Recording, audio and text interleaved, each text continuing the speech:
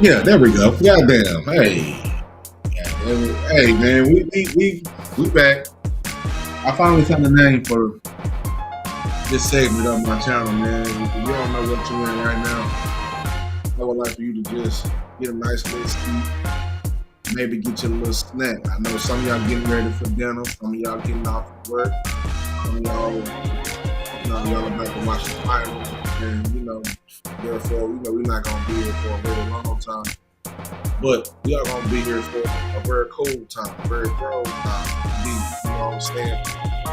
We're gonna get in here, we're gonna cover some of this shit, man. I've really been stuck. If you've been riding with me for the last few weeks with these certain shows, I've really been kind of speculating around ideological subversion. I don't know why. I can't get this shit out of my mind. And it's in my mind not just for this past few times, but even back when I first started. You know what I'm saying? So, hopefully y'all want to enjoy the show. You know what I'm saying? We're gonna get right into it. Let me put the music down a tad bit. We're gonna get right into it, man. I do want to say shout out to everybody that's been showing me love. Shout out to everybody that's been showing up to the shows, dropping comments, and even on the replays. You know what I'm saying? You know, even on the replays, I know a lot is going on in this world, especially the content world. But I don't give a fuck. You know what I'm saying? Because I'm what's going on in my content world. So that's what that is. So, we fresh off the work, so we do have I'm gonna say some boot up, but that boot up sound like do something dope. Definitely on dope. But, so we had to go by the little spot and grab a little herbal video. You know what I'm saying? I had to grab me a little herbal video. You know what I'm saying? But like I said, man, we're gonna get right into it. I'm gonna go over here for a few minutes. Grab some ice for my drink. And we're gonna come back and get right into it. In the meantime, in between time, just bear with me like smoke. Be right back after these messages.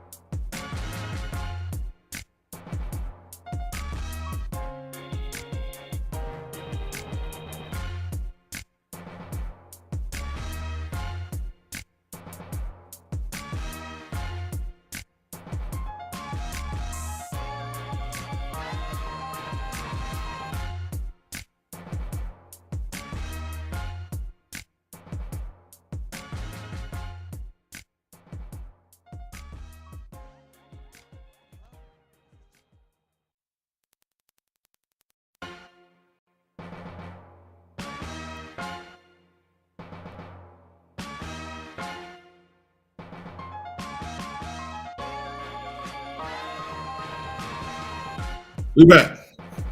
We are back. All right. So, where we want to start, man? Let me see. Let's phase this out real quick. Let's add some different. First, let's get this shop screen. Let me act professional. Let me be more professional. Look, man. The music ain't putting me in the right. Let me see. I gotta start titling some of this shit. Let me see. This one. Yeah, that's a good neo soul type shit. Look, man.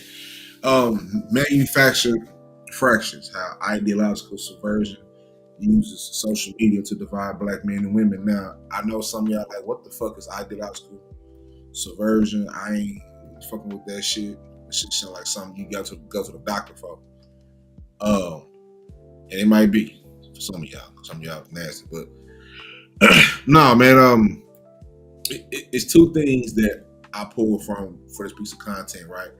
And one of them is the Daniel Patrick Monahan report, and I would briefly explain what that is. I gotta, I always gotta frame it up for everybody that watches the show, so that they don't be in the dark and in the blind. Because at times I can be very abstract with my thoughts and abstract what I'm saying, and kind of get carried away and get on tangents and shit like that. So it's two things that I pull from. There is a report by Daniel Patrick Monahan called "The Negro Family: The Case for National Action." That was in 1965, and I might briefly touch on ideological subversion. Of course, I already grazed over that in the past shows, but when it comes up, we'll get to it. So to frame this whole thing, right? So the Negro Family: The Case for National Action was written by Daniel Patrick Monahan, right? He's a American politician. He was a diplomat, a social scientist. He also served as a senator for New York, and he also served as an ambassador to India and the United Nations as well. But he put out a lot of works back then that were kind of framing up what's happening now. And if you stick with me long enough, you will see how every video that I make, you can kind of pull them together. You know what I'm saying? And shit like that. So the whole report was written during the civil rights era, 1965. I'm talking about smack dab in the civil rights era, right? So it was written in that era to analyze the socio-economic conditions of Black Americans, right? So Patrick Moynihan, at that point, he was the Assistant Secretary of Labor, and he kind of aimed that whole report to kind of show that civil rights legislation alone wouldn't be enough to solve the systemic challenges that Black Americans face, especially concerning poverty and the family structure, right? And I do want to key in on the family structure, right? Because that hits home for me personally, growing up in my current situation. You feel what I'm saying? So I'm not just talking from a sense of, oh, I just plucked this out the air, heard this somewhere. I'm kind of standing in the middle of a hurricane, a lot of a lot of us are in our communities with our broken families. You know what I'm saying? It is what it is. Now, some of the key findings and arguments was the crisis in the black families, right? Um, Daniel Patrick Moynihan, he argued that the matriarchal family structure in the Black community, with the high rate of female-headed households, were a primary obstacle, right, to Black social progress, right? It's the whole it's kind of in that era they kind of started to give incentives to get the Black man out the household. That's when a little welfare kick in and things like that. And I make a piece of content. We can kind of go into that later on, but I'm just trying to frame it up for you. I don't want to go all the way in detail because it's a lot I got to get through. You know what I'm saying? So with that, number one, the crisis in the Black family. God damn, Lord, pray for me. We trying. Hold up, take a little sip.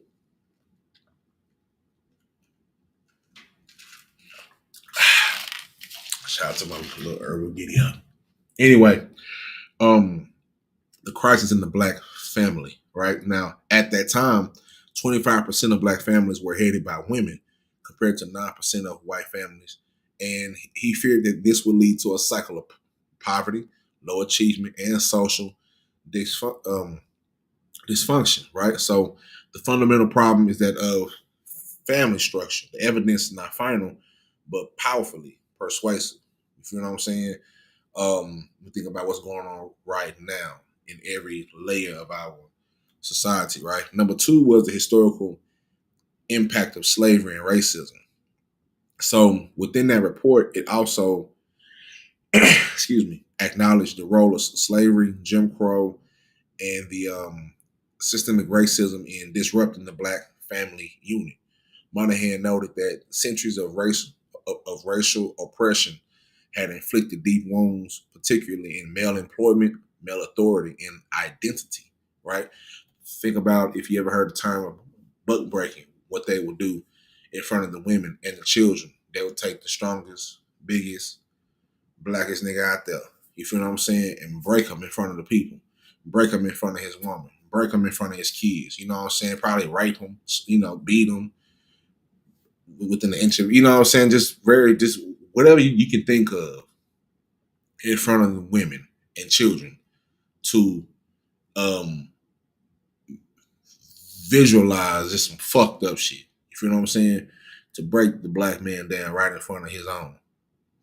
He own his own woman, his own creations, to make him seem like he's lesser than. And it's crazy how those times have carried on, and I don't think those things have changed. They just have trained. They kind of progress forward. You know what I'm saying, to more of this right now. It's sometimes it's still physical, but right now it's more narrative warfare, which is what I kind of went over with the Malcolm X shit.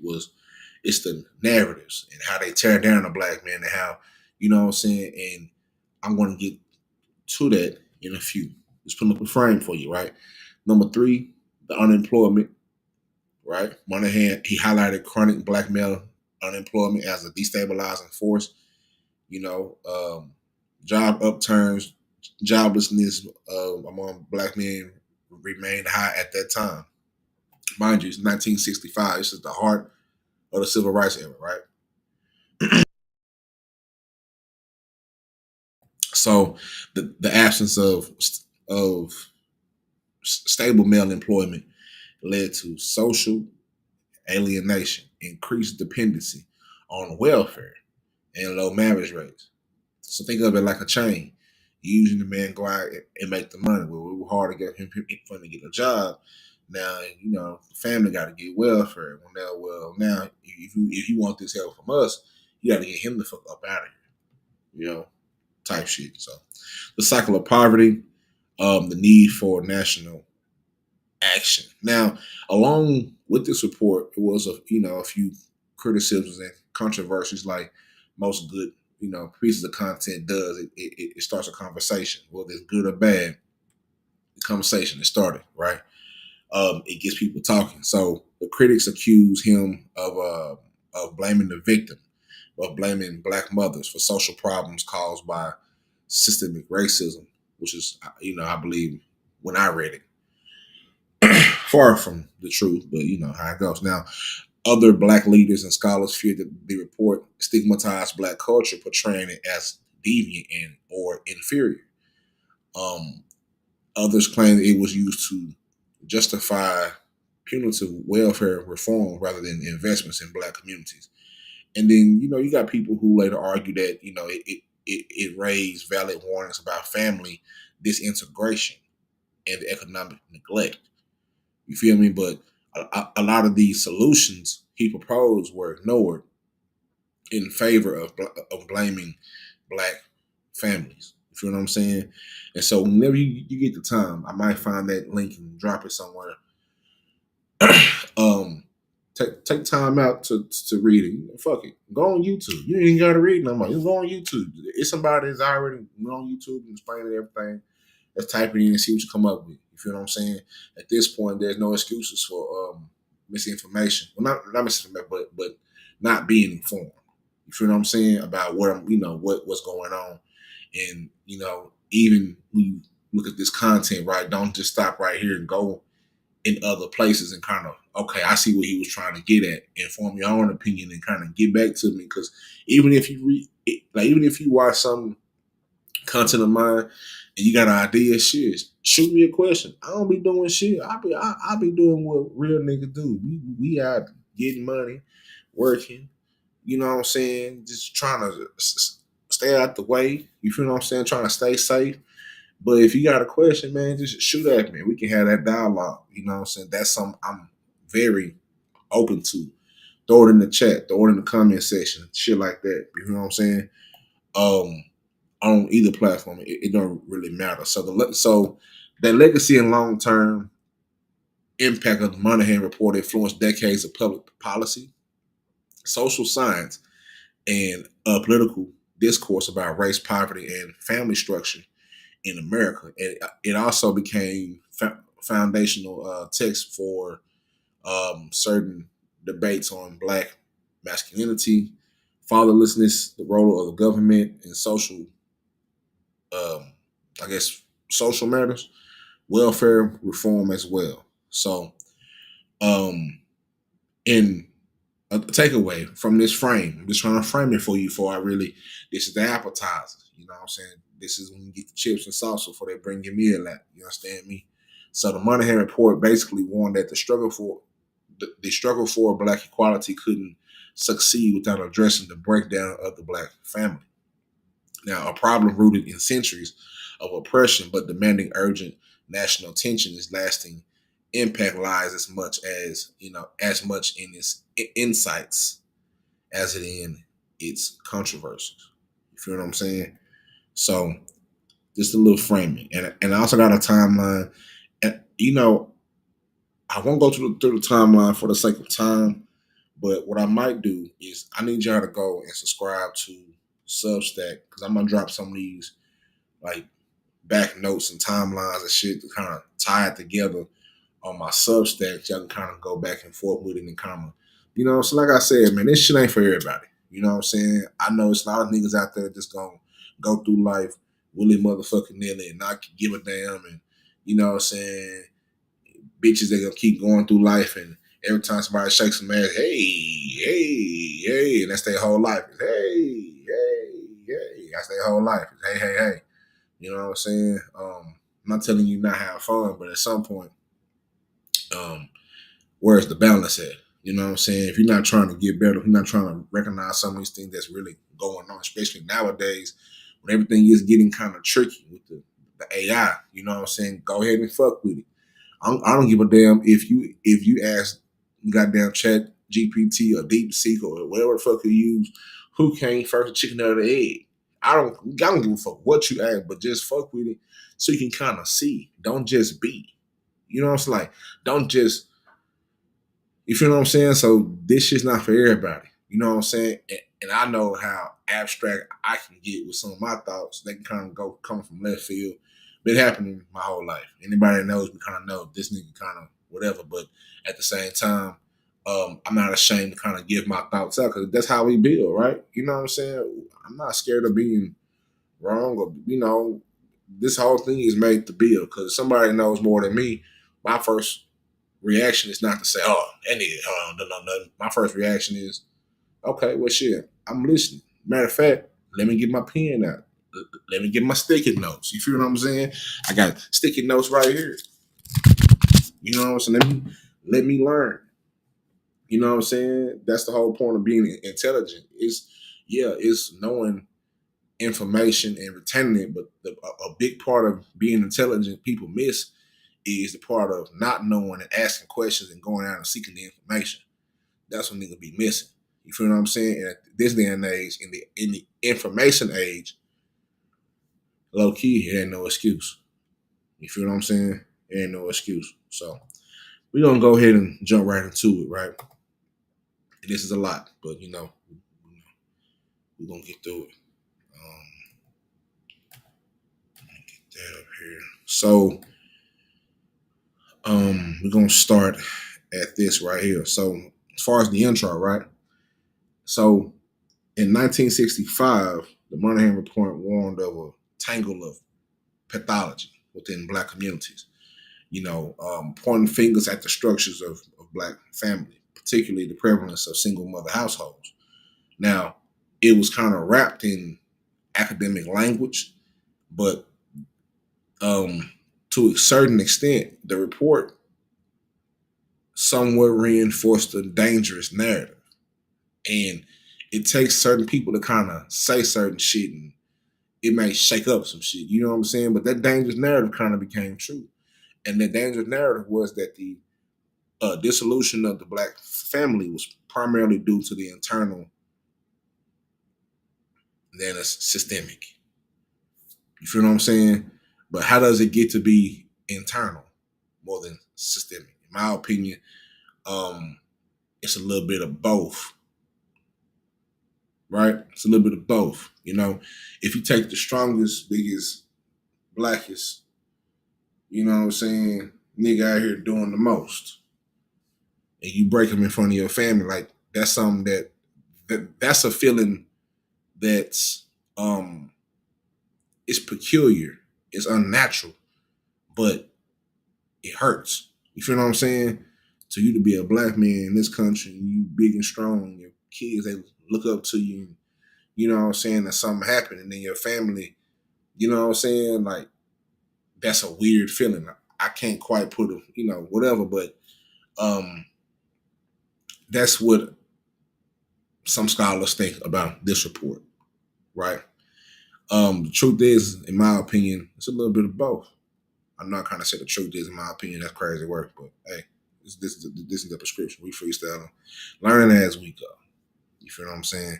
But how did it get to be eternal? That's where I want to pinpoint. That's what this whole thing is about. This black man versus the black woman. And, bitch, you ain't shit. Nigga, you ain't shit type shit. How did it get there? You feel me?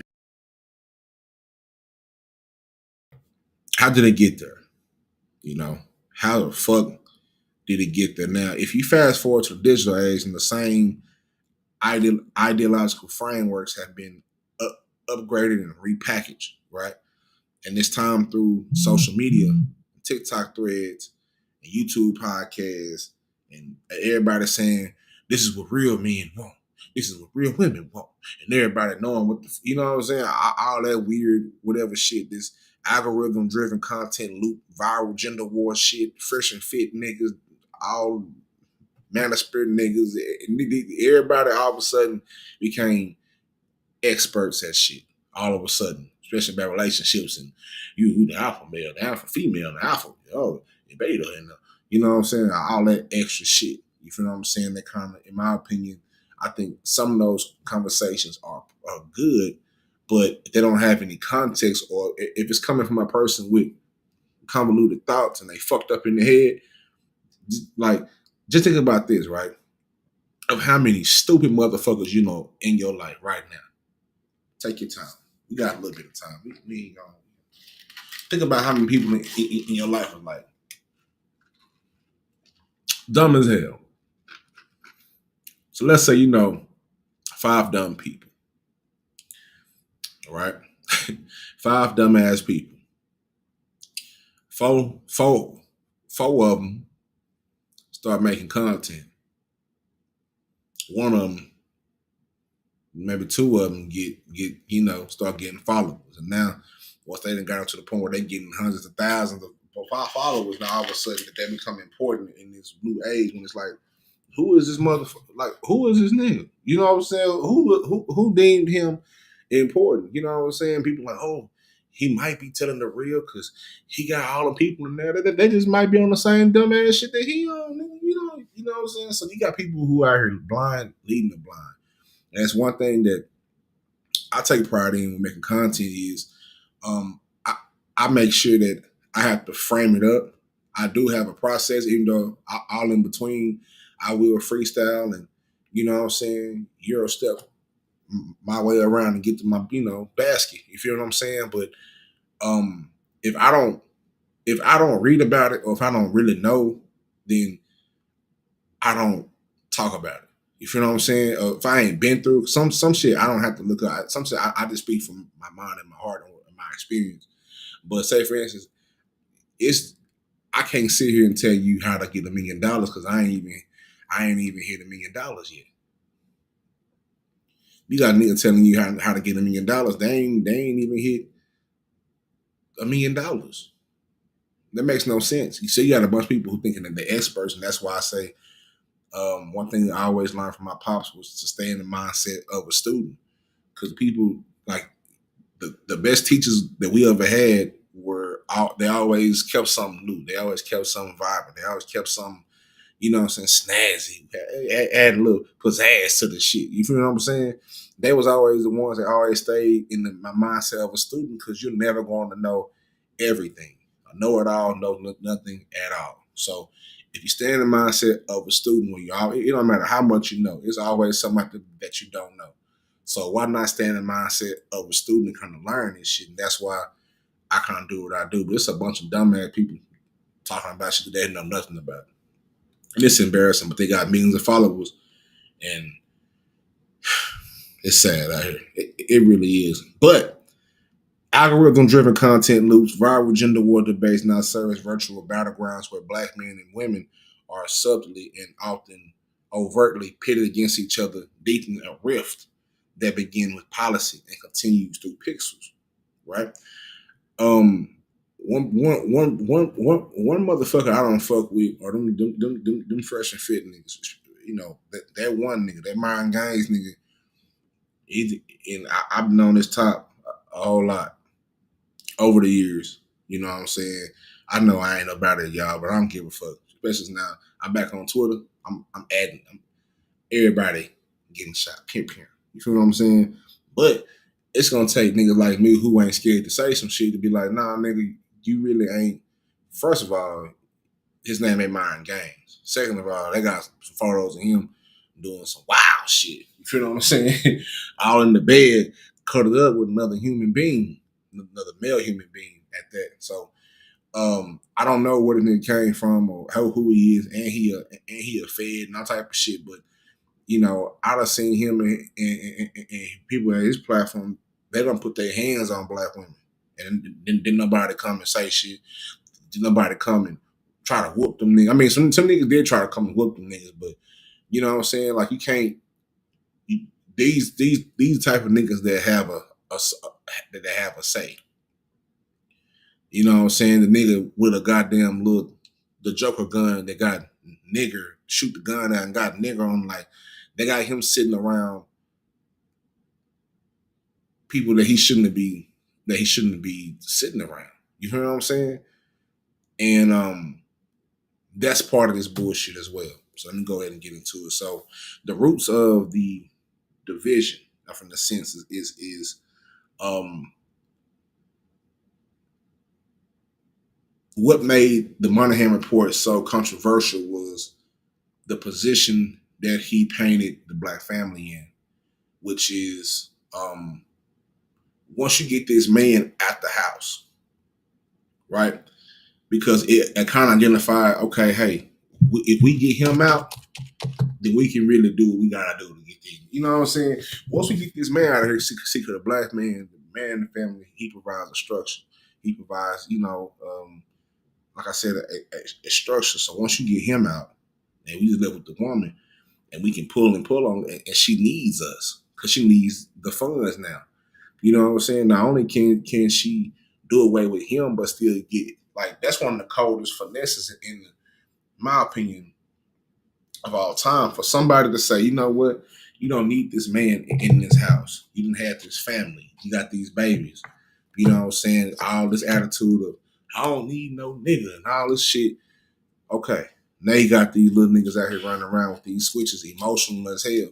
You know what I'm saying? So when he get the shit slapped out of him by a real one, he ain't gonna go and shoot the face. He gonna go and shoot up everybody. The nigga, he ain't really, you know what I'm saying? He emotional. He don't know how to control his emotions. You know what I'm saying? It ain't about all the crying and shit and all that. It's about learning how to control your emotions. So that male structure in your life kind of teaches you how to control your emotions and kind of provides a structure. But when you take him out, but you can still get the resources from him.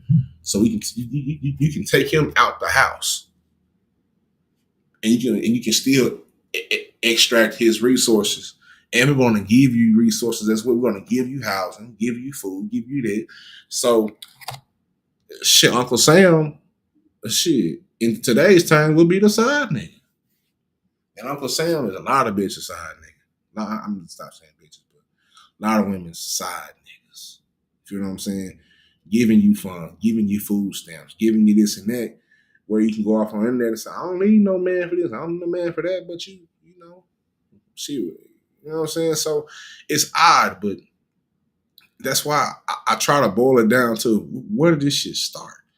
Now, being that, you know what I'm saying, I've been blessed to have an elder as my father. He's 81 years old. You feel what I'm saying? So learning from him going through 8 decades of life, and also dealing with being a part of a broken home, dealing with what his dad did and what he had to go through with his mother and how that, you know what I'm saying? And because I never grew up in a broken home, so I don't know. But my children did because me and their mother got divorced. My brother knows more about that than I do. My father knows about that more than I do. My peers know more about that than I do. So I pull from them and I ask from them to kind of help out me and kind of help how I can help my children now how to navigate this shit. Because the other day, our dad was in tears just thinking about like, God damn, how resilient them babies are. You feel what I'm saying? Because in my opinion, it's never about the humans. I mean, not the human. It's all about the human, but it's not about the parents. It's about the children. And sometimes when you're in the midst of that shit, you can kind of lose sight of them little babies. You feel what I'm saying? And me and my baby, we went through that. Them babies that went through that little phase, but they was able to. I thank God that through all that, they were able to transmute their energy into something positive and go to school and crush it. You know what I'm saying? They was listening to daddy when daddy was driving them. They were listening to mama on that side because regardless whether me and mama get along, she is a phenomenal mother. You feel what I'm saying? And so I do feel like that's different. And I've been kind of trying to tackle this shit because that's kind of where I want to know so much about it. Like, damn, okay, so where did this shit start? Because I'm confused. This is not, you know what I'm saying? It's strange. This is very strange. So, um, dig this, dig this, right? To understand where we are, we must trace how we got here. Moynihan's report was not just um, sociological analysis; it was an ideological blueprint by I don't know why I put these big ass words in here. Goddamn, boy. No, we stood up a storm in here. But black motherhood and suggesting that black families were failing due to cultural deficiencies rather than systemic conditions like um, job loss, job um, discrimination, housing redlining, mass incarceration, and just things like that. It kind of became a tool for justifying the underinvestment in black communities. You know, his whole thing off in that report was, hey, you know, y'all niggas kind of hold them a little bit. You feel what I'm saying? So in order for it to be even, in order for these things to be right, you got to give them, you got to get them back up to par, or else the shit gonna always be fucked up. And look where we at now. We argue over the worst shit. It's still fucked up until this day. So from the 1970s onward, welfare reforms, housing policies penalized two-parent black households. Mass incarceration campaigns like the war on drugs decimated black male presence in homes and neighborhoods. And the result was not dysfunction caused by black people, but dysfunction imposed upon them. Now, by the 1990s and early 2000s, mass media had taken the baton.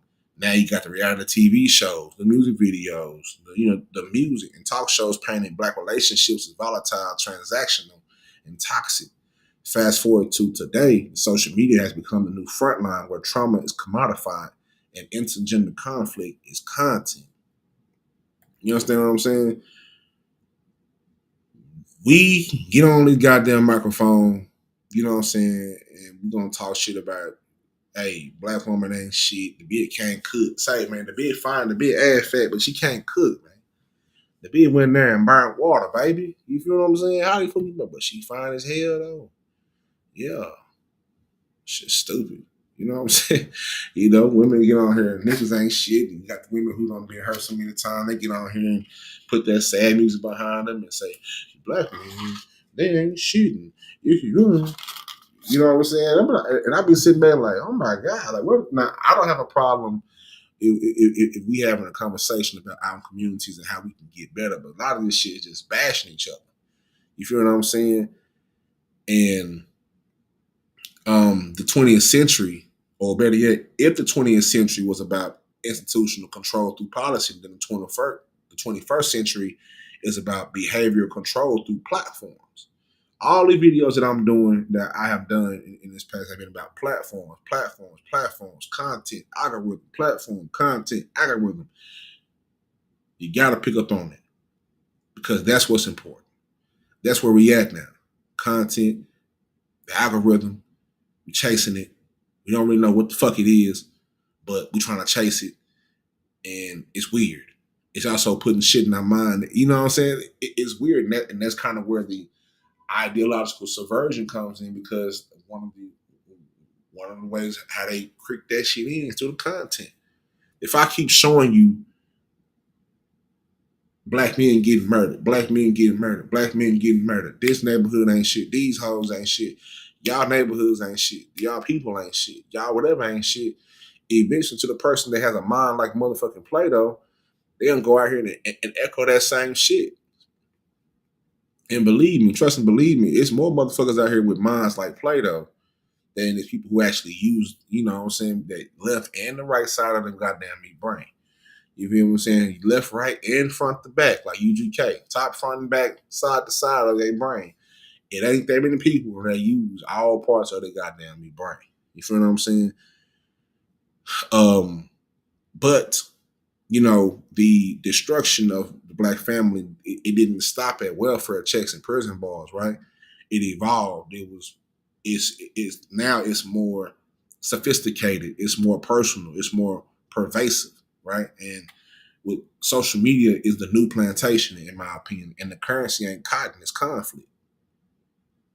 So from social networks to social engineering, platforms like a Facebook, what we on right now, we on Facebook, YouTube, and Twitter right now. Everybody wave at each other, say hi to your neighbor. You understand me? But platforms like Facebook, YouTube, Twitter, they promise their connection. This is what I kind of touched on in a few previous videos. But over time, these digital tools were weaponized into feedback loops that thrive on polarization. The algorithms are designed to optimize engagement, not the truth, not the empathy, and damn sure not healing. The algorithm don't give a fuck about what's going on, how bad you feel, whatever the fuck. It just cares that, okay, this is getting a lot of bumps. This is getting a lot of screen time. You understand what I'm saying? A lot of that bubblegum shit gets a lot of more screen time than some of this real shit. A lot of that bubblegum shit gets more screen time, gets more listening time than that real shit. Because nobody, the first thing niggas will say is, and trust me, I've heard it said to me, and take me a sip because I'm about to get somewhat off a tangent, but it'll be right on point. I remember niggas saying, tripping, we don't want to hear that shit. We don't want to hear that. And, you don't hear that shit, but it's crazy. It's crazy to me how you don't want to hear what I have to say for maybe at least an hour, 30, 2 hours, but you'll sit and watch fucking bubble move on the screen, and I sound like a DJ right there, right? But bubbles move on the screen talking about nothing, messy shit. Everybody else is beating everybody else's shit. You have the attention span for that, but you don't have the attention span for this, because what I'm saying is foreign to you. What I'm saying ain't supposed to make you feel good. You used to that dopamine releasing your brain. You like a fucking addict. You'll suck a dick for a cheesecake, or for a cheeseburger, or for a cheesecake. Some y'all get free like that. You know what I'm saying? That's how them dope fiends, I think dope fiend and meaning to society. Man, I ain't gonna say it, but y'all know, remember that. Cheeseburgers, nigga. You feel what I'm saying? You done been, conditioned to just support and listen to bullshit. Even if you don't like it, you have to hear it because you just have to know. Like, that's dope fiend shit. You feel what I'm saying? So the more outrageous, the more views, the more division, the more comments, the more emotional harm, the more it goes viral, right? And in this system, black men and women are not users. We are products. I tell you all the time how black trauma and drama is a $1 billion business. At no point ever have we really just um, benefited off our own drama and trauma. Not even with these reality shows. When you think about who's on top of the top of the top, it ain't nobody that look like us. You know what I'm saying? Besides Zeus, Zeus might be the first one. It's some bullshit going over there. It's a lot of bullshit going over there. I don't know who on the top at Zeus. I think it's some, I think it's us, but whatever floats y'all boat. But that shit don't help neither. You know what I'm saying? But it is what it is. But we're not the users, we're the products. Our trauma, our attention, our historical wounds are monetized for clicks and clout. So the machine doesn't really care if the content is toxic or not, as long as it keeps you online. I told y'all last time about that's why all this shit is important. These watch hours is important. You don't give a fuck what you watching. Just stay here for a long time. You can slide these bullshit ass ads across your shit, and then pay you pennies on a dollar. And then off them pennies on a dollar, take 40% off your shit. That's why, although it would be beautiful to be, and I'm speaking into existence to move further and have a great audience and shit. A lot of these niggas don't understand the game.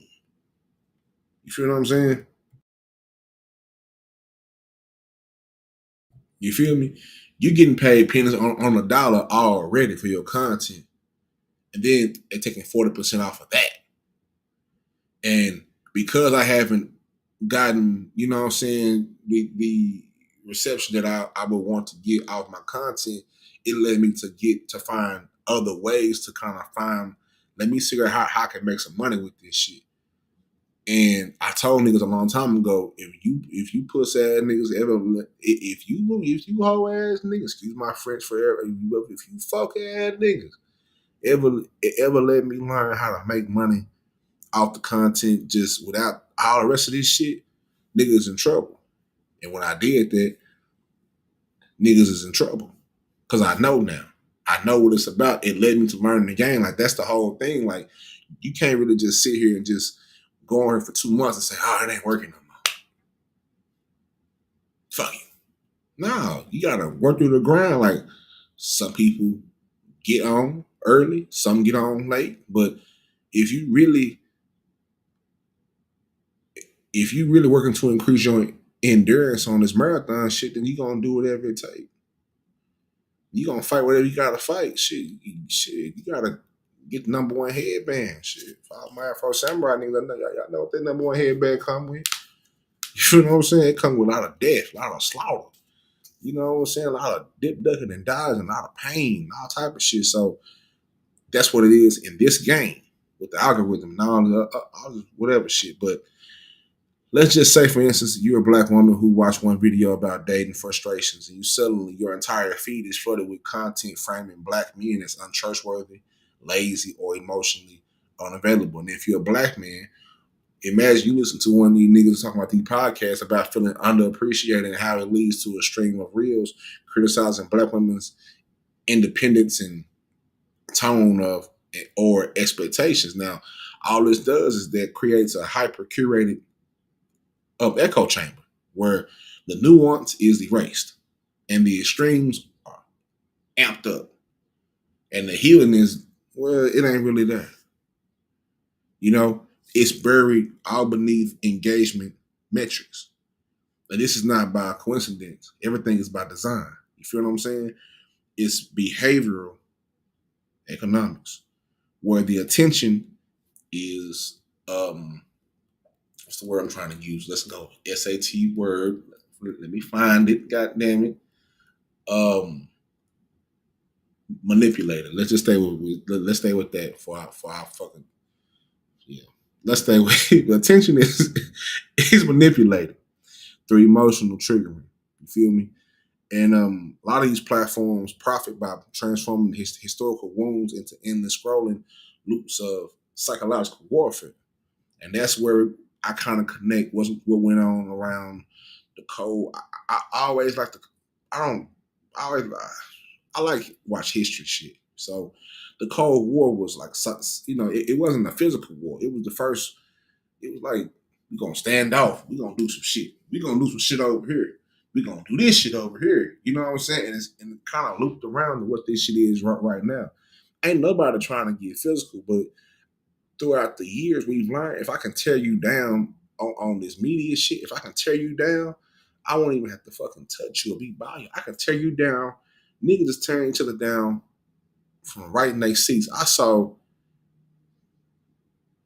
what's that girl's name? Um Cooking with Kaya. She was crying today. I like her damn.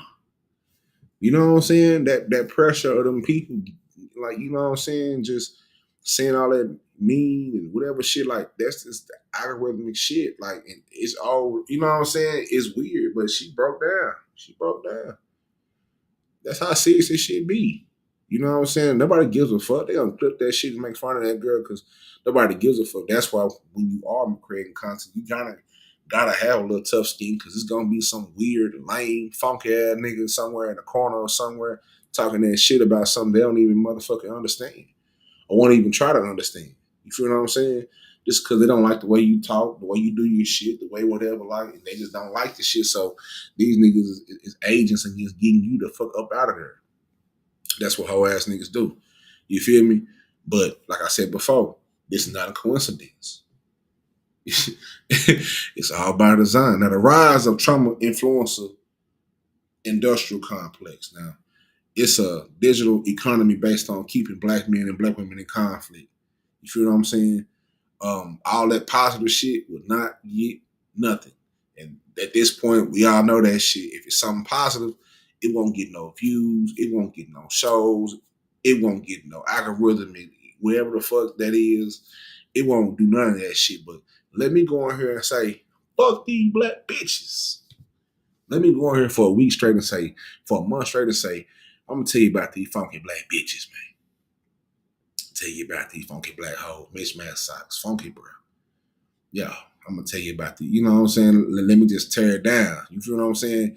Not just creating satire of it, but just, you feel what I'm saying? Because it's sad. If I just went on some manosphere type shit, some extreme manosphere, like went on some super lame type shit. You feel what I'm saying? And oh, you don't need it. What the fuck is, you know what I'm saying? Just being disrespectful. Then yeah, this should have turned the fuck up. But we not on that shit. Shout. I love my black women. You know how I go. You know, shout out to them all. Hey man, black queens forever, snowball and never, man. You know what I'm saying? Shit, I love my black women. I was born from a black woman, and I don't. Now I ain't putting up with that dumb shit for shit show. You know, boundary will be had. You feel what I'm saying? But as far as loving my own culture, like I just love it too much to do anything else to a certain extent. You feel what I'm saying? As far as, you know, with creating, you know what I'm saying? That's one thing I can hang my hat on. You know, I had my babies with black women, a black woman, and you know, I married a black woman as well. You know, got divorced, but hey, I married a black woman. Put my jersey up in the Raptor. God might have just put me here just to do that. You know what I'm saying? Now, I hold that with high esteem, no matter how it went down. I done did my job for my community. Goddamn, I put, you know what I'm saying? Shit, now we just trying to figure it out. You feel what I'm saying? As, you know, as a family, as a unit, still, regardless of what the paperwork say. You know what I'm saying? Because them babies is here. I think everybody needs to understand, like, them babies is been asked to be here. So whatever you gotta do, you might have to swallow your pride a little bit. You know what I'm saying? Just for them babies. It ain't for you. It ain't for, you know, fuck how you feel. It's for them babies. Whatever you do, think about them eyes looking at you, saying, "Daddy, daddy, daddy." You get some, you know what I'm saying? Daddy, let me get some money. Let me get some, you know, put it out, you know. I don't know no niggas who ain't gonna put it out online for their creations. I don't know none of them. I don't know no sorry ass black men. So I don't speak from the point of knowing sorry black men or even being a sorry black man. I don't know what that feels like. I know it's me there that don't give a fuck, you know. But for the ones that do, shit like this kind of hits home a little bit because you kind of wonder, like, damn, like, in the back of our mind, for a lot of us, it's like we didn't really ask to be. Like if we would have been left alone, we probably would have still be. But I don't know. It's some other shit that's going on, and I think for a lot of men, it took me to go through a divorce to understand how this system will use people you love against you, point blank and period, and no other way around. It will use your woman against you. You know what I'm saying? And if she can't kind of figure out what's going on and kind of not listening, and you know what I'm saying, but especially if she don't grow up in an environment where that chaos is normal, where it's this normalized chaos, then you kind of fucked. You kind of fucked. If she grew up in a chaotic household where her, you know what I'm saying, her daddy was in and out, you know, wasn't, you know, or family kind of, you know, broke up and, you know, whatever happened, hopefully, you know what I'm saying? Because I say that and I got 3 kids. I got 2 girls and a boy. So I'm really keen on trying to get through that, but the chaoticness, that's not even a word, but fuck it is right now. Just being chaotic. I don't want a chaotic like atmosphere around my children, and their mother doesn't provide that as well. So that's a high keynote, but that parent that goes through some of that traumatic shit, that real traumatic extreme shit, you know what I'm saying? They've been through for so long where it's comfortable to where the shit where, you know, trying to understand how to love and how to not only how to love, but how to receive love. It's foreign to them, and they can only hold it up for so long before it just gets too uncomfortable, and it's got to back the fuck out. You know what I'm saying? I've done it. You know, a lot of us have done it. You know what I'm saying? So it ain't just, you know, me thinking I'm perfect. I ain't perfect. Shit, some of that shit kind of somewhat feels uncomfortable, but because I have a perspective of what love looks like, my mother and my father were together until my mother passed away. So when it comes to that death till do you part, or whatever you say that shit, like I done seen that shit happen in real life. So my perspective of it is very, very different. You feel what I'm saying? I don't fuck around with that shit on that level. You know what I'm saying? Like you in it, like I'm Dirk Nowitzki. Good or bad, we gonna get this bitch and hopefully we can get a championship. You feel what I'm saying? If we don't, we don't. But I'm not, you know, that's just thinking of it. You feel what I'm saying? It's different. Shit changes. People change. Things change. You know what I'm saying? Do you really know the person that you with? You know what I'm saying? For a lot of us out here that's out here getting coochie at a very early age, we really didn't understand the women that we were getting coochie from. We just know that she was fine and she got that snappy nappy dugout. Let's talk about it. You know. She got that snappy nappy dugout. And we wanted some of that on the top level. We got intrigued, got loved in, you know. And we had raw sex, we had the babies, but did we really understand the women that we were having sex with? A lot of us, no, not really, especially not you young. I had my first child, I was 19. I didn't really understand. I just knew that I liked her a whole lot, but I didn't understand a lot of that shit, a lot of her, you know what I'm saying, traumas and shit like that, and she didn't understand a lot of my traumas as well. So a lot of that shit becomes a fracture that only that love and that only lasts for so long if you don't take care of that shit. That's where the mental health starts coming in. You gotta really know you gotta know what she done went through or know what you done been through. Y'all gotta know what y'all done went through to go forward. You feel what I'm saying? Because that shit will, you know, come back up eventually. The relationship shit with someone is like a mirror. It's gonna show you where you're strong at and where you're weak at. You feel what I'm saying? But when it comes to the third dimension of this shit, which is social media, and you got these bullshit ass content creators, it's this digital economy that keeps us in conflict. This red pill adjacent podcast. Some of them are very positive. Some of them are not. Some of these niggas is just weird as hell. Some of them are actually some very dope human beings that's gonna tell you when you know, how to, step your shit up and, shit like that. You know what I'm saying? But some of them just want to bash women, and that's not fly at all. That's weird. But portraying women, black women as, um, masculine, and incapable of love, unless they get put in their place, and shit like that. Man bashing threads, painting black men as broke, toxic, inherently inferior. Trauma confessionals turn comedy where jokes and, all type of shit about domestic dysfunction kind of goes viral and it's kind of masking real pain. And these creators that often position themselves as truth tellers or relationship realists. You feel what I'm saying? But in reality, they just trauma entrepreneurs profiting off a digital soap opera where pain becomes a product. You feel what I'm saying? Regardless of what I've been through, I'm never going to tell any one of my friends or anybody that wants to get married or something to not. My whole thing is to know what you want before. I'm gonna tell you what it is, and I'm gonna tell you what it ain't, because I've been through the whole cycle from, yeah, we just talking. Oh yeah, I really fuck with her now. Yeah, I done got the box now. Okay, we done had the baby now. Okay, now we in a relationship now. Okay, now we done got married now. Okay, we done got divorced. That's a whole relationship cycle. So I'm not gonna tell you what not to do. That ain't my fucking point. I'm just gonna tell you what it is because I've seen all sides of it, and whatever you do with the information, especially if, shit. I don't have a huge circle of motherfuckers. I only fuck with a few niggas. You know what I'm saying?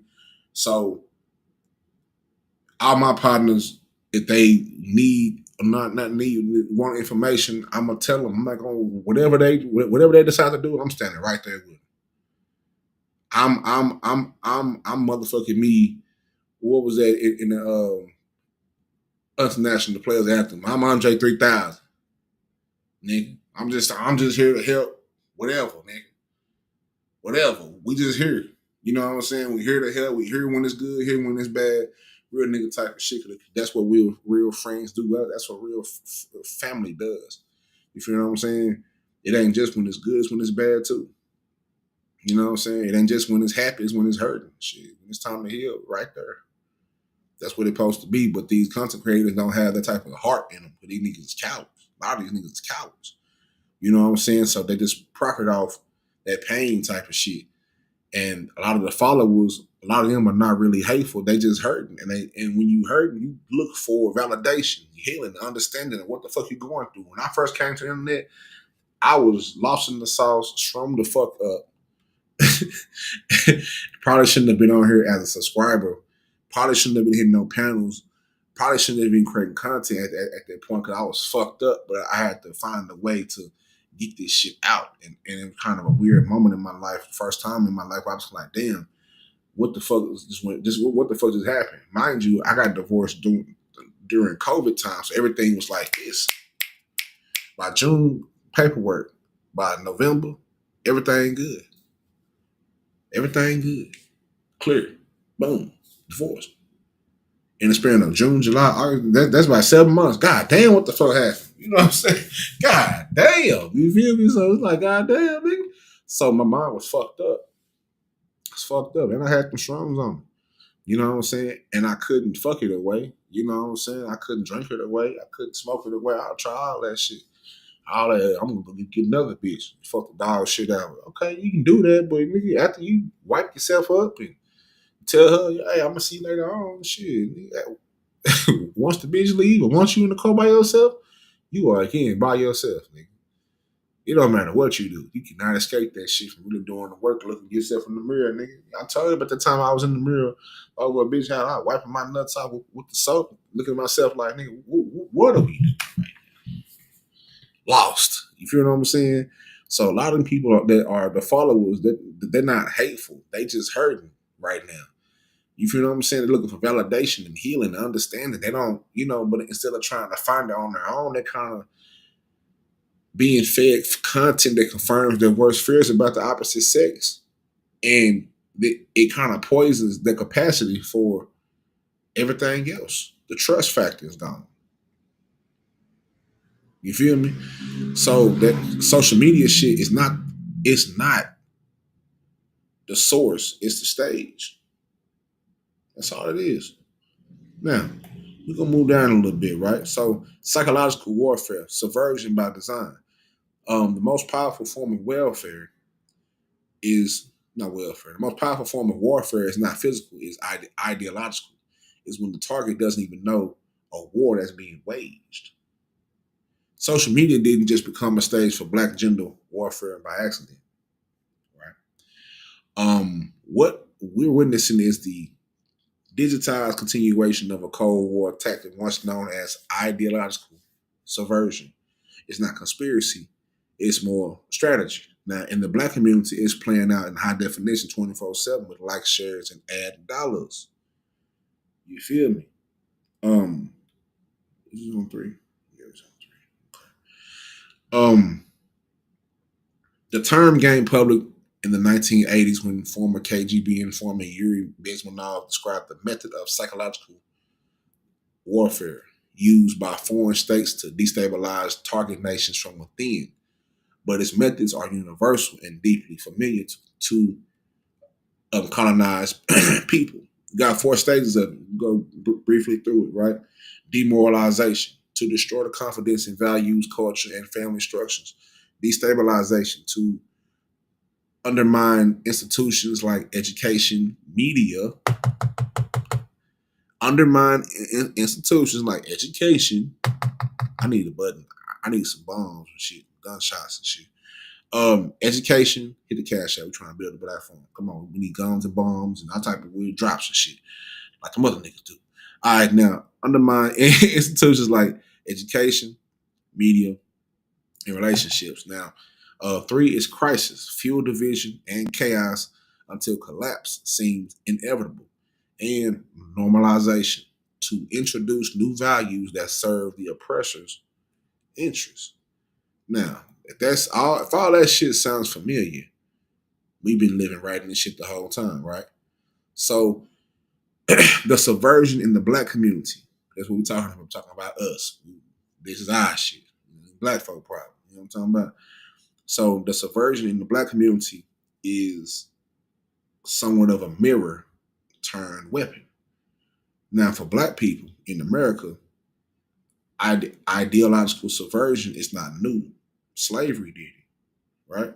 Jim Crow did it. COINTELPRO did it. But now it's more intimate because it wears our face. It uses our slang, our lingo. You feel what I'm saying? And it shows up in our algorithms. Now, today's warfare don't need no tanks, tear gas, guns, choppers, none of that shit. All it needs is a phone, a platform, and an algorithm and a script. Damn near. So when black men internalize narratives of black women that's combative and disloyal or emasculating, right?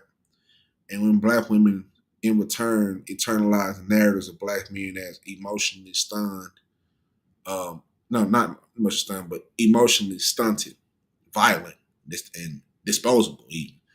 And when love feels like war and unity feels like the weakness, that's ideological subversion at work right there. You just didn't know. You couldn't put a finger on it. But for all my niggas who think, you knew something. It ain't always just what you see, is what you can kind of figure out as well. You feel what I'm saying? It's like algebra. I'm not a fan of math, but it's like algebra. You got to find the X, right? They're giving you part of the problem and they're giving you the answer, but you got to find the X. You got to find the X and all this shit. So the war is in the language, a part of it, right? And language is one of the most, it's one of the primary vehicles of ideological warfare, right? In the digital age, the language speaks and it spreads faster than ever through tweets, captions, sound bites, hashtags. Dusty. Oh, that nigga Dusty. Yo, that Dusty bitch. Pick me. I didn't know what a pick me was until about a couple years ago. You feel what I'm saying? I was, I'd be dibbling and dabbling, you know what I'm saying? And I'm having a conversation with a beautiful black woman, and she was talking about pygmies and shit and all this other shit. I was like, what the fuck is a pygmy? I thought they were saying a pig meat, like pig meat. Oh, what? You know what I'm saying? I'm like, who the fuck is pig meat? Who did he call the pig meat? You know, sassy. They be calling niggas sassy. You know, that was the new shit. They call niggas sassy though. You know what I'm saying? Masculine energy. He doesn't lead. She acts like a nigga. She acts like a man. You're a liability. Now these aren't just insults. They're ideological cues in a sense, right? Loaded with subtext, and every time they go viral, they reinforce the divide where black men is framed as threats and not partners, and black women are framed as burdens and not equals. You know, and these words are also, you know, soaked in historic bias, wrapped in modern aesthetics, and passed around as culture. But they're not our culture. That's not us. That part, that weird shit, is not us. But they're designed to break us up even more. Every generation is something new to keep us divided because they know, boy, wants the boy say, boy, one of them is enough. Let alone you know, found out the mate and then have some babies or creating some shit, creating something that's bigger than them. Boy, we don't need that shit. They got to go. They're gonna keep putting shit in front of us to keep us divided. That is what that is. So a lot of that subversion is pretty much the most effective when it feels organic. It's the brilliance and the danger of ideological subversion that it kind of feels. It doesn't feel like it's forced, right? It's kind of self-generated, or better yet, it feels self-generated. And the why is because it's kind of disguised as authenticity. When social media, quote unquote, rewards real talk or raw perspectives or honest dialogue, but a lot of that kind of can kind of be smoke and mirrors in a sense. And what it often passes for, or what better yet, what often passes for authenticity is pain broadcast without healing and frustration. Like for a long time, I had to learn to shut the fuck up. I'm not talking of a and for a moment of time, I wasn't talking out of a mindset of being healed or healing. I was talking out my ass, pause, out of a place of pain. I was hurt. That shit hurt me. That shit hurt my feelings. That shit hurt my pride. That shit hurt my ego. And I wasn't ashamed of it. See, most niggas be ashamed of saying, yeah, that shit hurt me. Because these niggas be, I don't know. But I've never been ashamed of that because I'm, you know, shit, I'm me. I'm a better ass about it. You know what I'm saying? But that shit hurt me. Boy, that shit hurt. That shit hurts. That shit hurts when you feel like you're doing your best and somebody telling you your best is not enough. Boy, that shit hurts. And I think everybody goes to that point in life where at some point they thought they was doing their best or they were doing their best. And the person that you're doing your best for lets you know that you're not doing your best. Not doing your best, but they feel like it don't matter. Like it's, you know what I'm saying? Like it just don't give a fuck about your best. Fuck your best. You know what I'm saying? It's hurt. It's like, damn, I don't invest time, money. Boy, I could have been butt naked in Bali. You know what I'm saying? I could have been, yeah, but I'm here with you trying to build. You know what I'm saying? That shit hurts your pride, especially as a man. A black man, hearing from your black woman that your best not enough when, damn, I thought people took that, you know what I'm saying? Like them vows is serious. You do that shit up on the guy. I don't play with God like that. God's a real nigga. And I am too. So I don't play with that shit. You know what I'm saying? Hey. But that's a point of time I was speaking from a very painful place. You know, so a man's unresolved pain kind of becomes viral at times, or a woman's unresolved pain becomes viral and it kind of becomes the thing to do, but it's not healing. And all that shit doing is being monetized and misinterpreted as truth. And it in that space, we don't just share our drama. It's kind of become performative. Now I'm going to perform to you how I don't give a fuck about these niggas. Now I'm going to perform to you how I don't give a fuck about these funky bitches. You feel me? And like I said before, it's true pill. It's the prescription. It'll give you what you need. All the milligrams. You feel me? So if this feels familiar, it's kind of because it is. Go ask your granddaddy and them about COINTELPRO.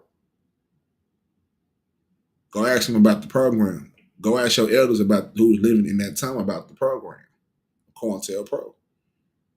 It didn't just target black leaders and, with surveillance and sabotage. It aimed to break the unity and the trust in the black community as a whole. It spread rumors, false narratives. It turned friends into enemies, discredited activists with psychological operations. But one of your partners, he thought he was super solid, but he got jammed up. And in order for him, instead of him being a man and doing his crime for his time that he got caught with, he gonna give you up to save his ass and bring the whole shit down just because he want to be safe because he got caught.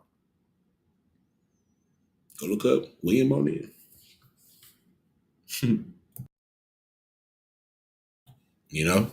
It's you think all them niggas in the Nation of Islam was really fucking with X once he came back from the Hajj? He was talking that certain shit and they were like, but you think they didn't find their way to infiltrate that? You think niggas didn't have no dirt off in their past? And they was trying to, you know what I'm saying? Like, that's the type of shit that I think about. You know what I'm saying? That's the abstracts. But, that COINTELPRO program didn't just target the black leaders. It didn't. It targeted the whole black structure. If we take the head out, the body will fall. You feel what I'm saying? So in today's time, the COINTELPRO, if you think it has stopped, then you'll be a motherfucking fool. Shit, if anything, the COINTELPRO shit is monetized as well.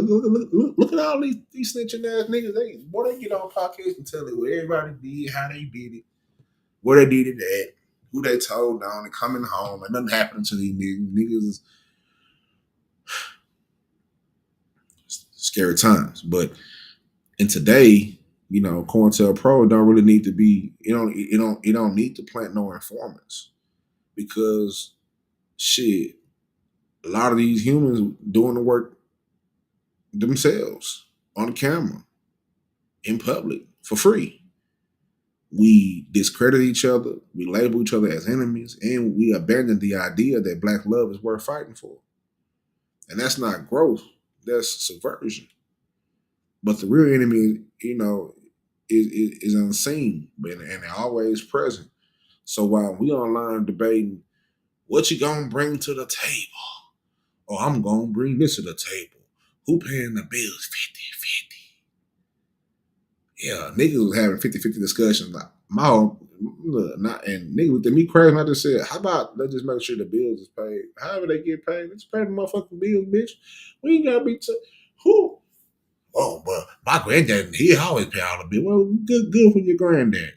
Good for him. My mama, she ain't never have to pay. What good for your mama? That's great for your mama, baby. That's excellent. Yeah, I shouldn't have to pay the whole bill. Yeah? I shouldn't have to. Let's pay the bill, bitch, or the lights getting cut out. We're gonna be in this whole like we trying to summon something with the candles lit. Y'all niggas ain't never struggled like that. Come on, y'all niggas ain't lights went out, couldn't pay the bill. You niggas ain't never had to put the candle. That shit feel like you was about to do a goat sacrifice all through the house and shit. You got to go use the bathroom because the house dark and shit. You don't stub the toe on the edge of the bed, side of the wall, on the floorboard, trying to go pee. Fucked around and got to put say, boy, you say. Anyway, yeah. Anyway, that's what niggas are arguing about. Who 50-50? Oh, wait. Like, while we doing this dumbass shit, the real power structures go unchecked. Housing prices rise. Incarceration continues. Generational wealth is denied. stopped, and educational gaps widened. Meanwhile, this digital battlefield between black men and black women, it kind of becomes a smoky mirror, kind of a smoky screen, and we've kind of been taught to see each other as the problem, while the system laughs in our motherfucking face, and they laugh in silence as well. So that subversion doesn't win by force. You don't have to force you. It wins by invisibility. And the most effective attack is the one you think is your own idea. Why the fuck you like McDonald's? You think you really grew up liking McDonald's? Like that's the one I always use because that's the one I know everybody can relate to. At some point in time, you never had McDonald's in your fucking life, but because they kept showing you McDonald's, all them commercials with, "Hey, he got a job. Oh man, he got a job." All their whole campaign was niggas. Even I'm talking about all the way back in the 70s when they were like, this black family goes to McDonald's before the church. After church, we going to McDonald's. The whole family go to McDonald's, get a quarter. I got a quarter pounder. What you got, little Shirley? I got chicken nuggets. I got chicken nuggets.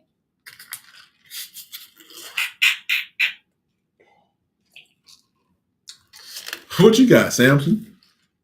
I got me a Big Mac. Yeah, Big Mac is, yeah. What about little Samson? Oh, I got, you know what I'm saying? That's the whole campaign. You didn't like that. That shit, this shit is wild. When you think about this shit and how my mind thinks about it, you know what I'm saying? How my mind goes. If you've been hearing me talk for the last few years, even for the last few minutes, you kind of know this nigga is, you know, he's whatever, but, you know, it's the digital battlefield. That's what we in. I try to frame it up for you and put you in that mode where you kind of know, nigga, this is war. We in war right now. But that subversion don't win by force. It just, like I said before, it wins by invisibility. You know what I'm saying? And the most effective attack is the one you think is your own idea. You think that's your idea, but it's not your idea. That's something that's been something that's been put into your brain as a child. You know what I'm saying? All that music, and yeah, and don't get me wrong. You know, I'm a '90s baby, so I love it. You know, I love music. I love hip hop. Everything come with it. But some of that shit did take a toll on us. Like, um, what was that lady that what was that lady that talked about hip hop and the future of hip hop? People was like, C. Dolores Tucker. When C. Dolores, I think that's her name, but she was right. She was kind of right. And we hate to be wrong, but goddamn, you know what I'm saying? Now, part four, broken mirror, the cost of division. Now, what's most insidious about this is that it feels organic. These messages don't come from politicians or academics. They come from familiar faces, voices that sound like ours, people with shared experiences. It's barbershop talk gone digital, kitchen table conversations made global. This is how ideological subversion works best, when the oppressed unknowingly become the enforcers of their own oppression. Consider black men call out black women for being independent, but rarely question why so many had to be due to the systemic absence of male support. Black women express exhaustion over dusty, nigga dusty, you know. But often it's men disenfranchised by a system that criminalized and undereducated them instead of interrogating the system. We interrogate each other, but the original wounds go ignored while we fight over symptoms. This is classic subversion. Reprogram the target to self. Let me get that shit off my screen real quick. Hold up. To what did I say? To self-destruct. Okay, there we go. To self-destruct. My talking box still on. My check. Okay, yeah. I see me in the corner. All right. I see me in the corner. Make sure I was still talking, boy. Make sure this shit go right. But yeah, man. So the war we in, although we've been talking about ideological, I probably said that shit 1,000 goddamn times. I'm tired of saying it. Ideological, right? But it's not just ideological; it's existential, and it's the vibe between black men and women is kind of stoked and amped up by social media, and it has a its consequences are far reaching, right? So we're not just simply losing arguments; we losing recipes. Nah, we losing connection. We losing connection. We losing culture. We losing community and continuity and the very essence of our identity of the black identity has always been a collective survival, love under pressure, and resilience rooted in togetherness. But and without that, like, what the fuck remains? Like, all of a sudden, people gotta have, oh, I need everything to be right before everything never gonna be right. Never. I don't give a fuck what you say. Never, it's never gonna be right. I don't give a fuck what you say. Something always gonna be wrong. You can have the most money in the world, it still be wrong. You don't see the people with billions of dollars get divorced. So if money is all that you thought that you needed, then why did it work? Hmm? So it has to be more than just materials and money. Like, yeah, it's important. You do need that, but at the same time, shit, I see more togetherness with homeless people. I believe that I done seen more. It's a homeless couple, boy. They sit down, eat sandwiches in the grass on the median. They got a dog. I be like, bro, what is that? How can they find love? You feel what I'm saying? And I be feeling like, goddamn, what the nigga Franklin sang say on that last episode? A sexy dark chocolate nigga like me.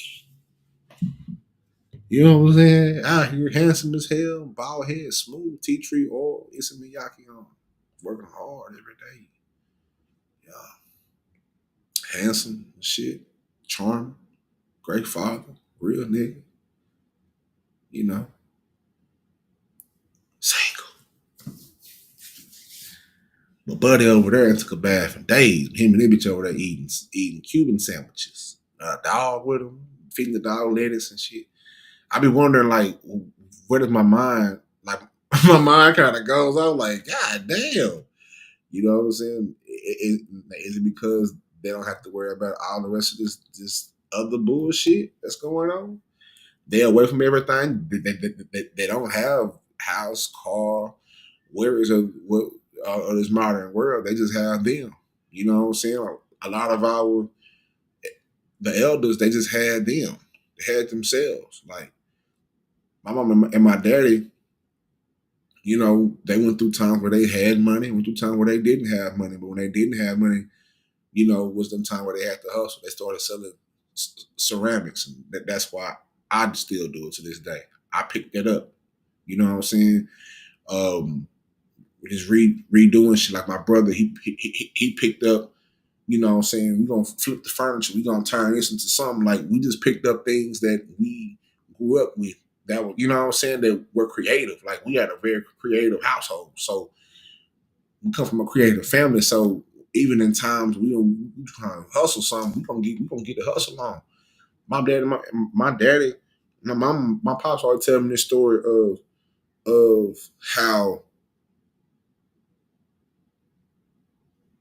him and mama was, you know, trying to get extra change, and they would go get the cans and shit like that. Like, that shit right there, like, that's beyond paperwork. That's beyond all this bullshit. Like, and that's why I guess my perspective of love is so different from a lot of my peers, because they didn't grow up like that, and I understand it, but I also have to tell them, like, even though I grew up with my parents, you know, it's a lot more to that, and that's where those good conversations are had. You feel what I'm saying? That's why you got to be around a circle of people who really can think and talk and not take everything as disrespectful, because when you're having a conversation, there's gonna be some shit that you agree with and some that you don't. That's why you're supposed to have a conversation. That's what two thinking people do. You feel what I'm saying? But it's always been that of survival. You feel what I'm saying? Daddy gonna get out here, work his ass off. I'm gonna get out here, working, work her ass off. Everybody, and sometimes that comes to our detriment. And sometimes we gotta, what I'm saying, do what we gotta do. But it's if you it's that whole thought of if we have nothing else, we got each other. That shit gone now. You feel what I'm saying? Um, and it's also hard to find now. You feel what I'm saying? A nigga, that's is weird, but it's the collapse of cultural continuity right before our eyes. It's black culture is always dependent on family, not just biological. You know what I'm saying? Biological, whatever, all that, whatever. You know what I'm saying? Family. Family is family, regardless. It don't fucking matter, biological or not. Family is family. You know what I'm saying? Communal kinship, multi-general care. And the reason why I say family is family because some people that you blood family with can be some of your biggest haters, some of your biggest ops, people that you don't, you know what I'm saying? Shit like that. So not just biological families, but chosen, the one who earned that name, that earned that title, communal kinship and multi-generational care. And that structure is now under threat from within and without. Niggas don't trust the elders no more.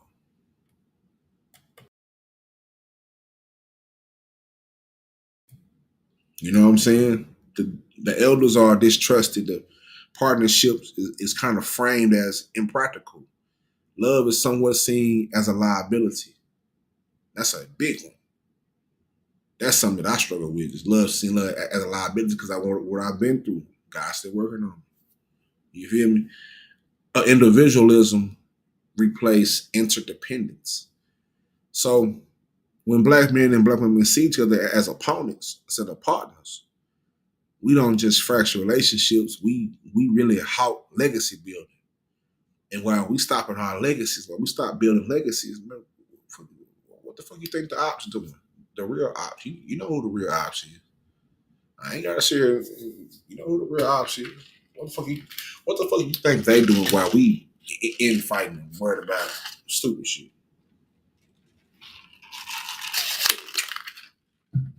You know, it is what it is. Um, Marriage rates decline. Children grow up seeing um uh, fuck, what's the word for it? I don't want to use that word. I want to make sure I try to be as clear as possible. Children grow up seeing animosity instead of affection. Yeah, the animosity is instead of affection. The community organizing kind of becomes harder without trust as well, and mutual support systems, they just dissolve. I don't know if they're still there or not. You feel what I'm saying? Um, and this, that wealth is not passed down. It's love all of a sudden kind of becomes a label, and when love becomes a label, then it's not fucking worth it. And this is the price of division. It's not just emotional. It's not just historical. Um, it's it's not just emotional. It carries down the line. I often wonder how what me and my children's mother went through, how would it affect my children's relationships in the future? I think about that all the time. Like, damn, fuck. You know what I'm saying? Like, I hope, I hope, I hope they find people that love them for them and not get caught up in. But I look into their world because I have to, because I'm dad and I'm still kind of cool and fly a little bit. So I'm cool with the. I'm just looking inside their world. It's like, oh my god, bro, that shit. It like if this shit is like this now, what the fuck this shit look like in 20 years, 30 years, 40 years, nigga, when I'm gone. Like, what about my kids? Like, hopefully we can, what I'm saying, come to it. And that's my whole thing is let me stop being pissed off and being mad and being petty. And let me think about the big picture. Nigga, when you ain't here no more, what you do right now can affect when you ain't here no more. You got kids. Not even if you got kids, you got nieces and nephews, people, just young ones who are around you. The things that you do, they watch. So when that love becomes a label, this shit ain't really worth it. That's not what into it for. Married or not, it don't give a fuck whether you married or not. It don't give a fuck. It just when that love become a label, man, that shit ain't. And that's the price of division. It's not just emotional, historical, generational, structural. It's all that above. You feel me? It's the mental health consequences, the anxiety and depression, PTSD, the intergenerational trauma. Then you add the online pressure to, you know, choose sides and gender wars. Then you gotta choose to be this side. Oh no, I'm team this side. Or I'm team table. I'm team 50-50. I'm team 100%. I'm going, it's all this dumbass shit. And all this does is it just leaves many black men and women emotionally exhausted, guarded, and numb, stupid, empty. That digital battlefield never sleeps. And that digital battlefield never heals as well. We have platforms, we don't have no safe spaces, no motherfucking more. We got followers, we don't have no fucking fellowship. We have voices but no vulnerability. And when we reject each other, we isolate ourselves. And that isolation breeds despair. Point blank. Simple as that. You know? The community, I bet yet, before I get to that point, the rise of I think one of the most dangerous byproducts of all this shit, of the divide, is it's the birth of a performative identity, right? It's somewhat of a curated version of masculinity, or bear with me now. Now y'all know I stutter. Femininity. God damn, that's so many I-N-I-N-I-T. God damn. Masculinity and femininity. Femininity. You know what the fuck I'm trying to say. Anyway, that shit gets shaped by trauma and not truth. Right? Black men told a man up, go get the money. Go get your money, nigga. Man up. Go get your money, nigga. Yeah, do your thing.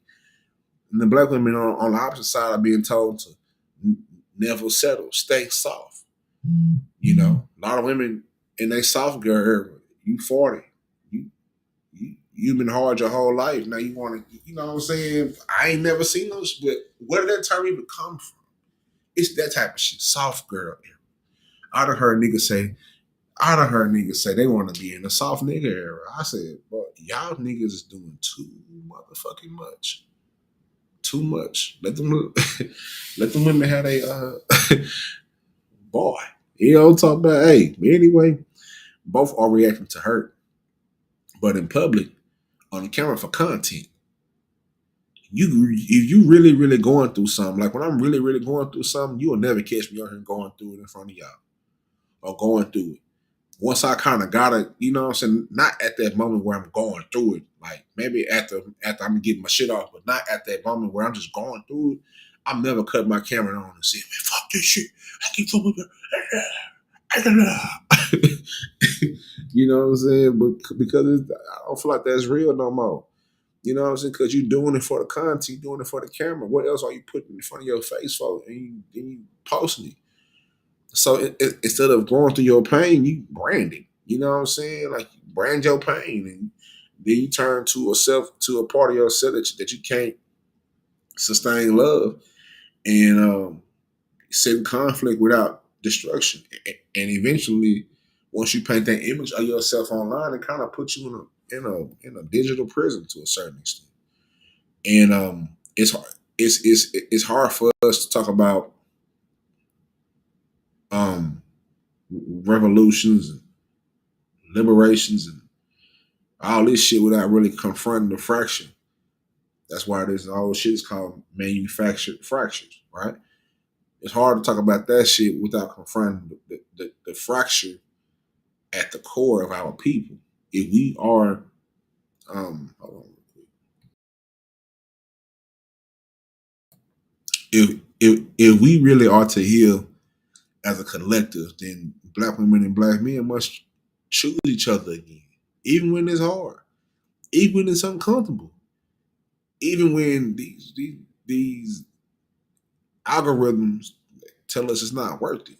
Because the truth is, there is no black future without black unity. There is no progress without partnership, no legacy without love. Simple as that. You know? So if this subversion continues to go unchecked, then we're gonna continue to raise a generation that fears intimacy. We ain't talking about getting freaky. We're talking about just fears being intimate with somebody else. Normalizing distrust as identity, abandon the possibility of interdependence, and watch our culture become commodified and distorted by those who ain't never lived this shit.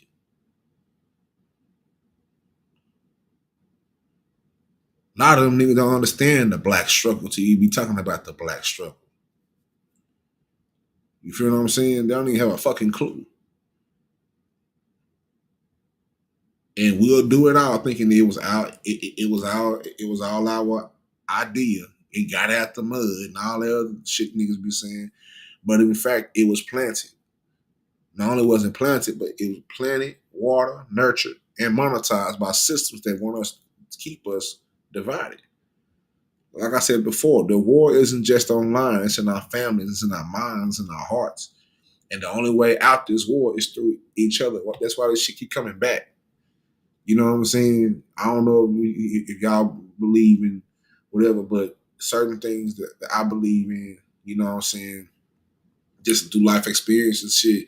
If you don't learn your lesson, you're gonna keep coming back to this. It don't matter what you do, you're gonna circumvent it and go around it. You're gonna keep coming back right here until you learn what the fucking lesson is. And the only way out this shit is through each other. That's it.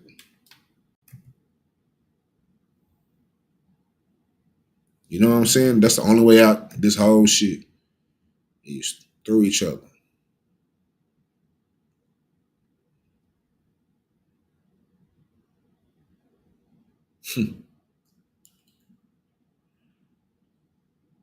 It's through each other.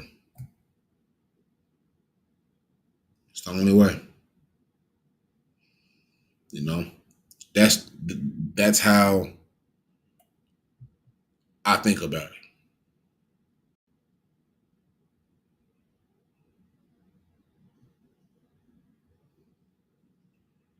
It's the only way we can make this shit back right. Get this shit back how it used to be, and pick up the pieces. What's been a fraction? It ain't gonna be overnight. God damn, it ain't gonna be overnight. But we can start. You know what I'm saying? Like we can literally start. Like we are literally sitting smack dab in the middle of the age where anything can fucking happen.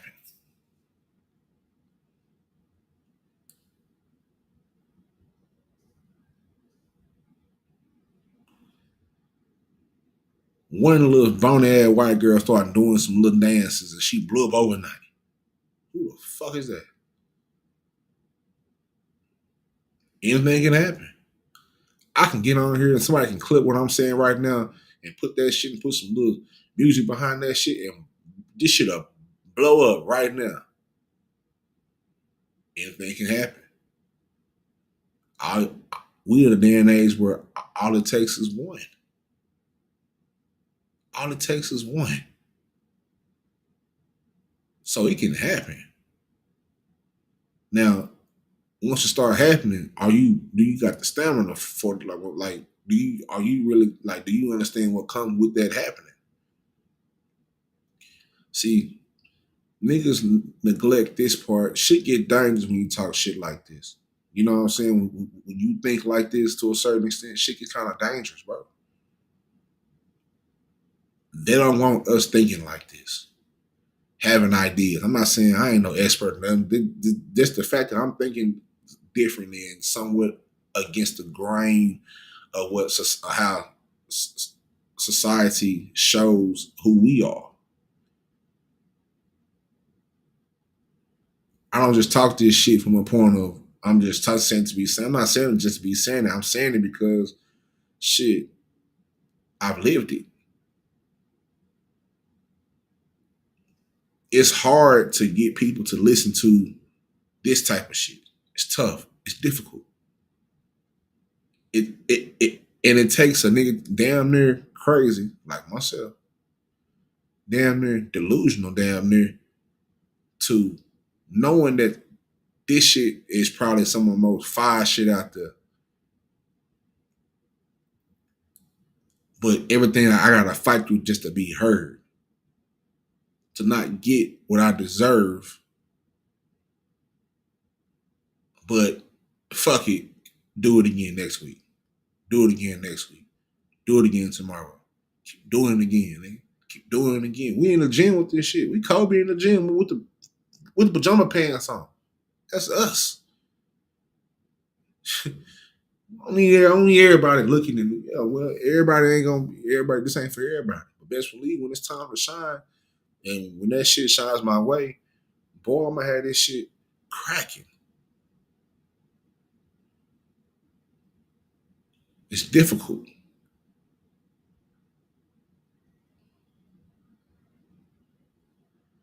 This shit between our community is difficult.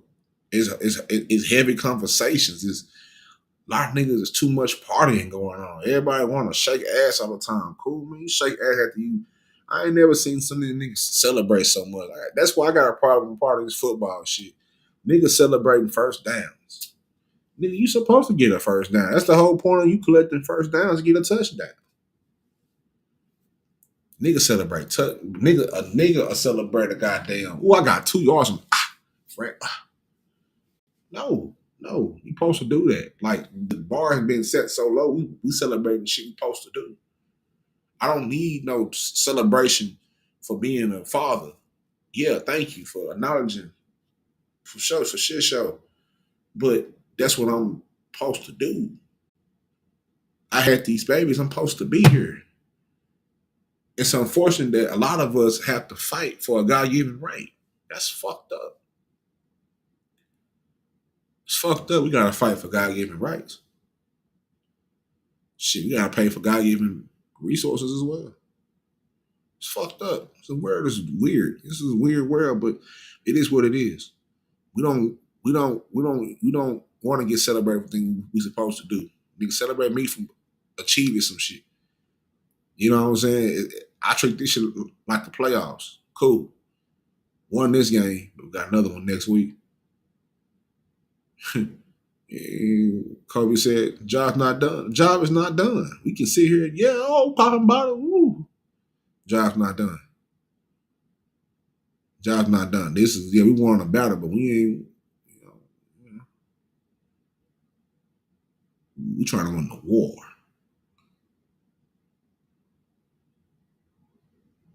Fuck a battle. Hey, we trying to win the war.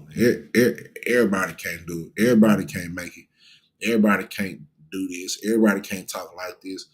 I stutter, but people still comprehend. That's a gift.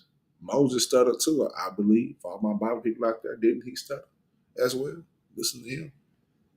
Let people across the say, man, this shit different. And I think we need, or better yet, we are more than just memes and monologues and who bring shit to the table and all that extra shit. Like we are more than just our pain. Like for us, we done been through so much where we identify with pain so much that we kind of think that's all we are. It's pain. You know what I'm saying? So we are more than the versions of ourselves curated for these clicks and these views. It's being out of the business that is black trauma and black drama and bitch you ain't shit, nigga you ain't shit type of shit. The truth is this though. You know what I'm saying? Here's the truth. This is something that's unfucking deniable. You hear me? 100%. It's that black love is revolutionary. Dig what I'm saying? If you don't take nothing from what I said in these last hour or whatever, think about this. Black love is revolutionary.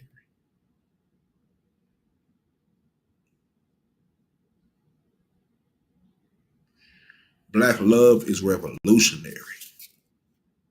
Black unity is dangerous to, to those in power.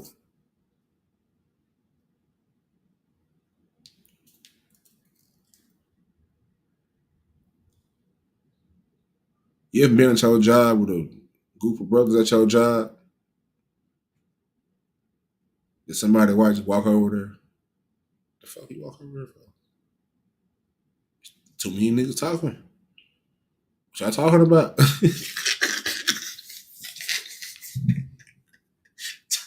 What y'all talking about over here? Why is that? What is that feeling?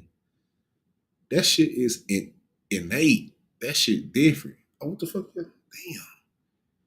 We could be talking about some hoes, some whatever, some other shit. Boy, say, go check on them niggas over there. They've been over there for a cool minute. Just talking. I wonder what they're talking about. Crazy work. And on top of that, another truth is black healing is possible, but only if we do it together. You feel what I'm saying? So the world done had a first person, a third, not first, but a third person view of watching us tear each other apart for their entertainment. I keep telling y'all every time I make one of these videos, they all tie together. Our pain has always been their entertainment. Let me know when I'm lying or not. Shit. They used to hang niggas. They was out there eating ham sandwiches and shit. Watching niggas get beat, get the brakes beat off of them, string them up, putting on their Sunday's best, slacks, lame ass collar shirt, lame ass look, lame ass shit.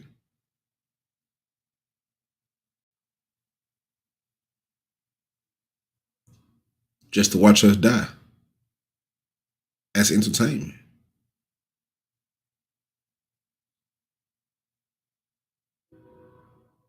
It's the fucking truth.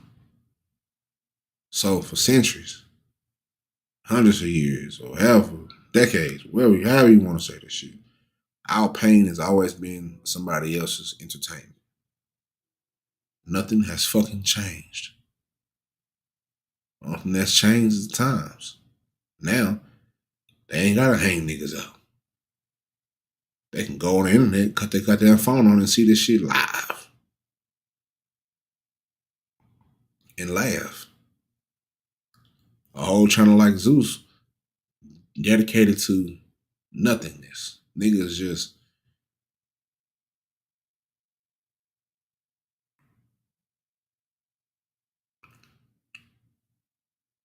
bullshit ass content.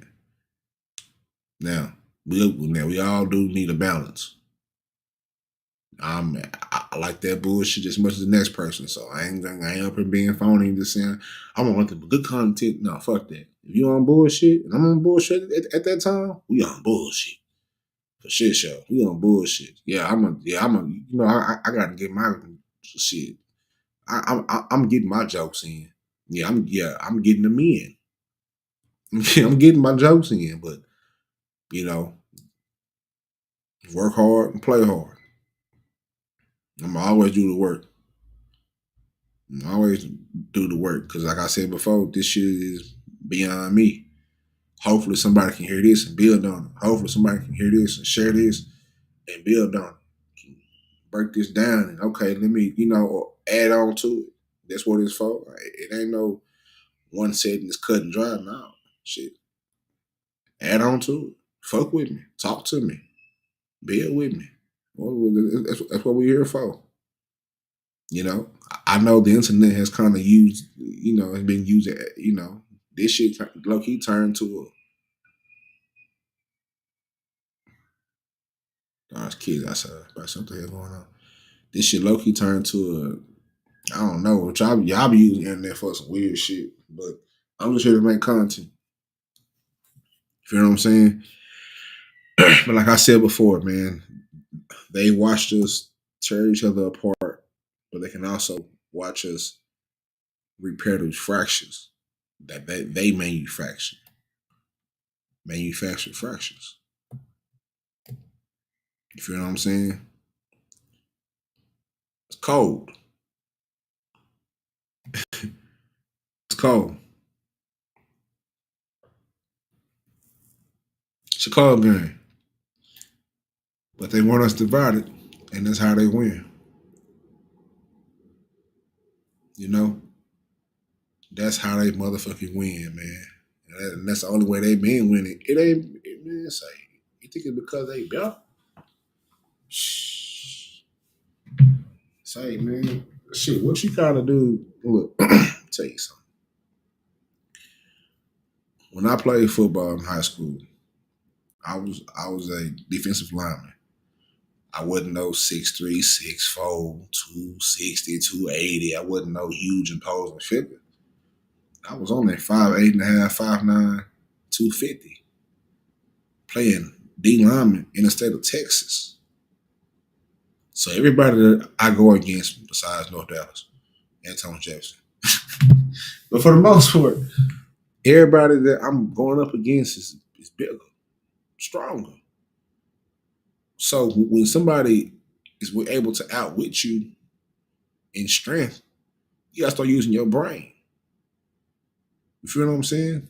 Just walk with me here. So knowing that, okay, I'm not gonna be able to, you know, out strong him. Nigga strong as shit. You know what I'm saying? Nigga 6'4", 280. You know what I'm saying? It is what it is. But I can use my brain. I can break you down. You're not just about to you're not just about to grab my shoulder pads. You got two knees right here. Shit, lowest man win. I'm automatically winning because I'm the lowest man just by height. So I have the advantage with even when you know what I'm saying. So what are my moves? I can't use no swim move. Who am I swimming? Well, that's a first pancake, extra serve. You try to break my. You got to use your moves. We got speed. We got the low. We got to you know what I'm saying. So I said that to say this. Sometimes it ain't all about being better. It's about being smarter. I can find ways to work around the talents. I done seen we all done seen some of the most talented niggas we ever seen play a sport or whatever right there on the fucking street, wasting their lives away.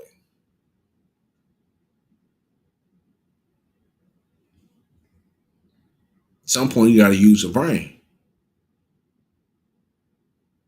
Now, these distractions will never stop. They'll never stop. Ever. Ever.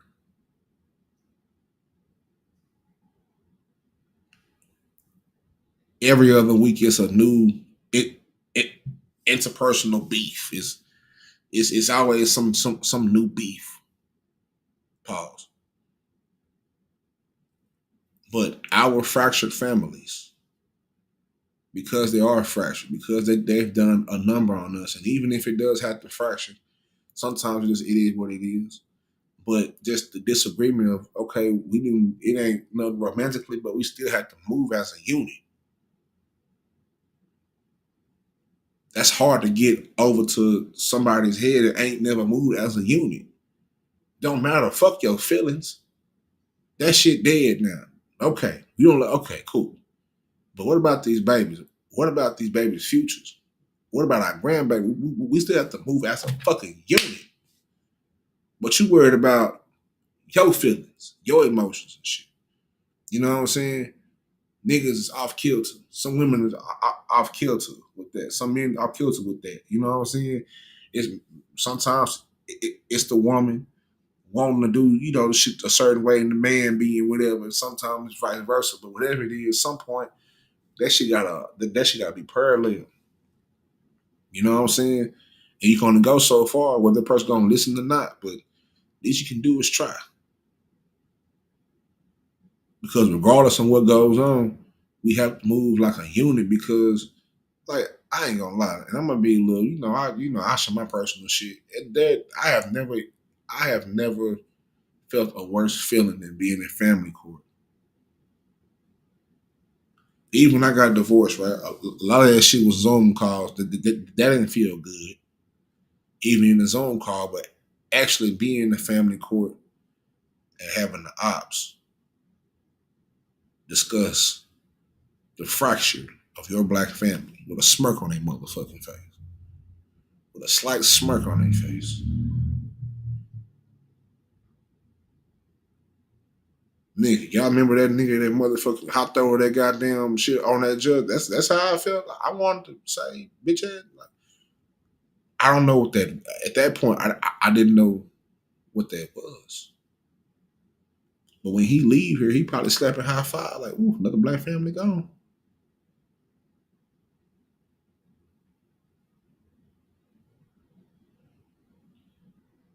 Ain't nothing like seeing your name on the paperwork, you versus the state of whoever the fuck.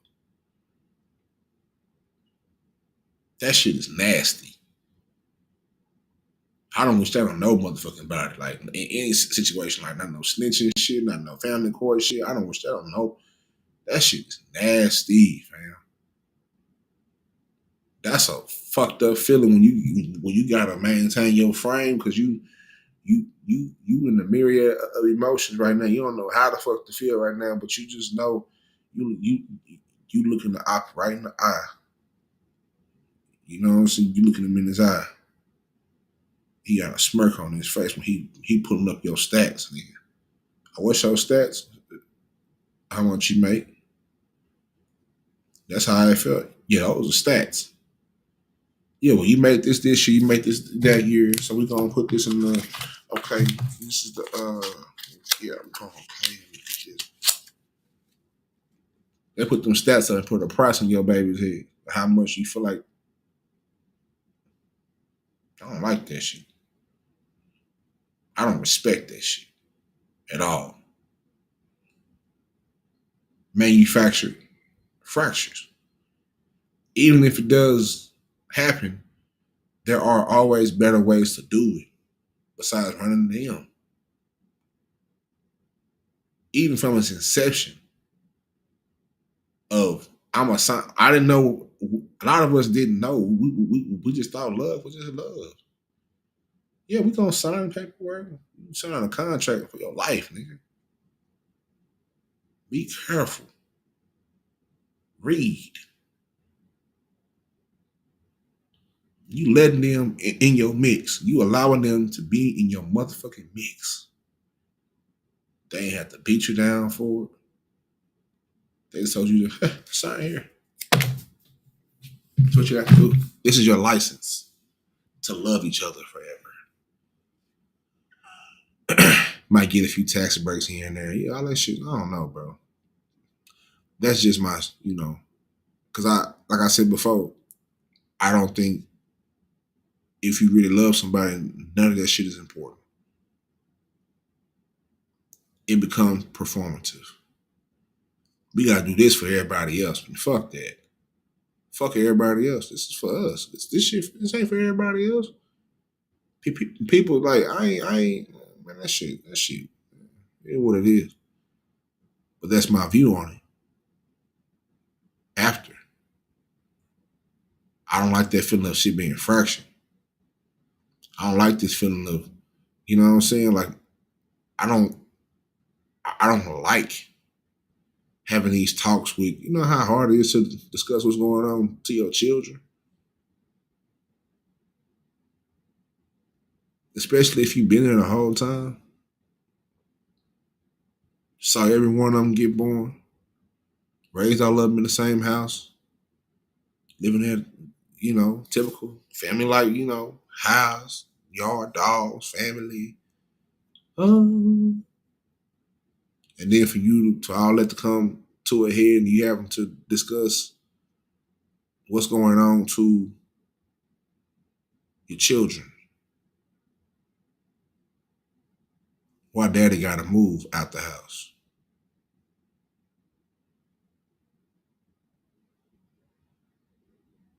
You having to fight for a God-given right with the state, with the government, the system. You gotta fight for the fuck. That's a conversation that people don't want to have because it's always, oh, you just gotta do this. No, no, no, no, no, no, no, no, no. You gotta pull them layers back. That's why I was trying to tell niggas sometimes, like all that. Oh, you didn't do what right with you. Oh, yeah, no, you niggas just stay on the surface, bitch. I'm down there at the earth's core with this shit. The way I think, niggas, you gotta tell you gotta like, bro, you gotta tell your babies. That's why I say I'm always use a piece of what I went through off in this shit because that's what it's for.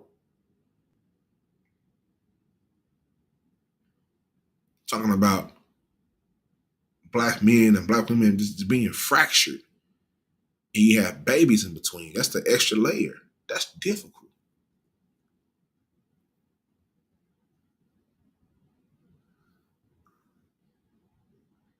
Look your 14-year old, your 10-year old, look your 10-year old in the eyes. My son is 11 now. He was 6 then. Been 5 years. Look your 6-year old in the eyes. Look your 3-year old in the eyes. Try to find ways to explain to them why mommy and daddy ain't working out no more. To watch them tears form in their eyes. To try to keep your composure, to try to make, you know what I'm saying? Boy, I say, niggas don't want to talk about that shit. That shit get too real. Niggas' minds just stay on, like, yeah, no, bro. This shit layered, boy. This shit layered, boy. So, I guess I wanted to put this out because, first of all, it's something that I've been thinking about, and that's how I'm rocking now. That's how I've always kind of rocked with it. I don't force nothing. So if it's a thought and I can find a way to put some facts behind it and put some research behind it and kind of turn it into content and try to make that idea tangible, I will every time, regardless on who show up or who don't. You know? But I also know that this shit is way bigger than what we think it is. And I'll be damned if I just sit back and just not put this in the air. I got a lot more. But if I had a lot more, we already been for 2 hours. I ain't got half what I got. I ain't got the half what I got. I kind of just, but it is what it is though. You know what I'm saying? It might be a part 2. It might not. I might come back to this in a few months, but this will always be right here though. You know what I'm saying? I just wanted to get this out and kind of put this, put a stain on y'all brain about these certain things that could possibly affect us going forward.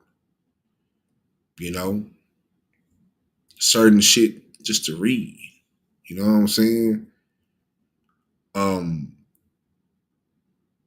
Certain shit to kind of look out for. Can you imagine a different future where we as black men and black women, turn toward each other instead of away every goddamn time? Can you imagine a distant future, a different future, maybe in the parallel universe or however you want to think about that shit? Can you just close your eyes and imagine one where these digital spaces become places of restoration and healing, and not rivalry. One where we kind of realize that the fight isn't with each other; it's with them.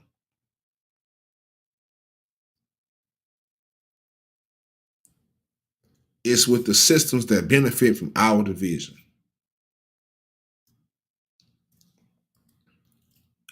The fight ain't with you, black woman. It's not with you. One thing I pull from the Monahan report is how the system uses our women.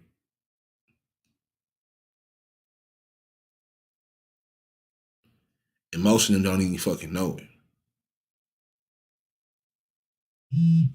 The whole deal is to. I'm not a chess player, but I played a few chess. The whole you trying to get the queen. I mean, not remove chess. That's a bad analogy, but you. I'll put it like this: the queen is a very important piece. A very important piece. We really trying to take him out of there. We can get him out the way. We can just isolate the queen. We can kind of do what we want to with him. You know? Fuck that chess analogy. I ain't no chess player like this. You know what I'm saying? But whatever. But people know what I'm trying to say, but we the whole deal, we trying to destroy him. Us trying to destroy the black man. You know what I'm saying? They've been trying to do it. That all that butt breaking shit, all that weird freaky shit they was doing, cutting off our limbs, cutting off our dick and balls, emasculating us and shit in front of the children, in front of our women and children, like all that shit still going today.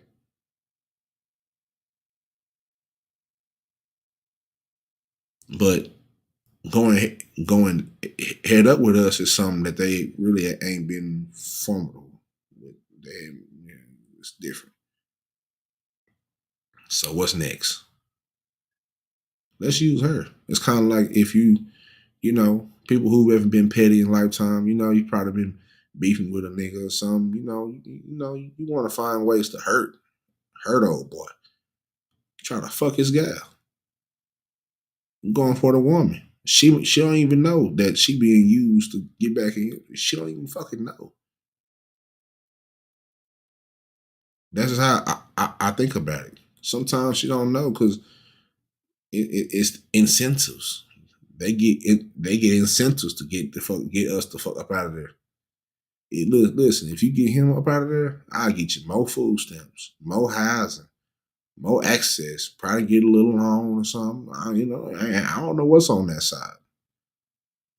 I know it's some bullshit. I know it's then like a sacrifice to sacrifice him, and we'll get you whatever you need, baby.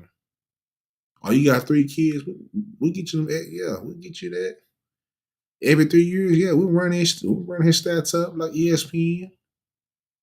Yeah, we get, you know what I'm saying? Like, and millions of families are going through it. This ain't like no black man, black woman thing. I'm just explaining this to you from my perspective. If it's a woman out there that wants to share her perspective, the stage is open. I just think that this is bigger than us going with each other. This shit weak as fuck. You know what I'm saying? It is what it is, though. The doors of the church is open. For a long time being. I got to go in here and make me some food.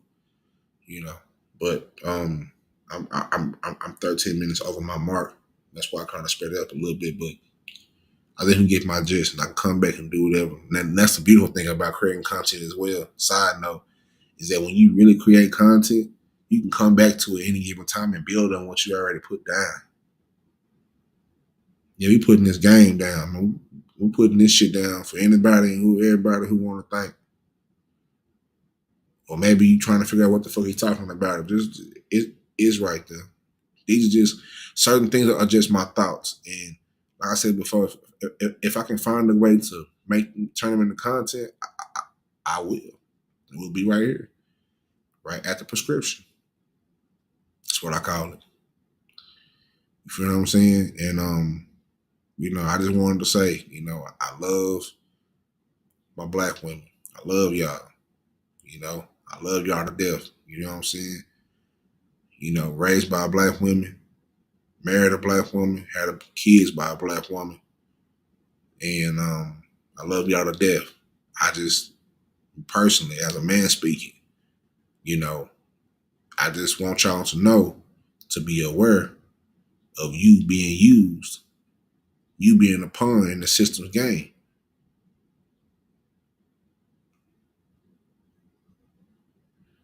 They can't really fuck with us like that. Tell you that straight up.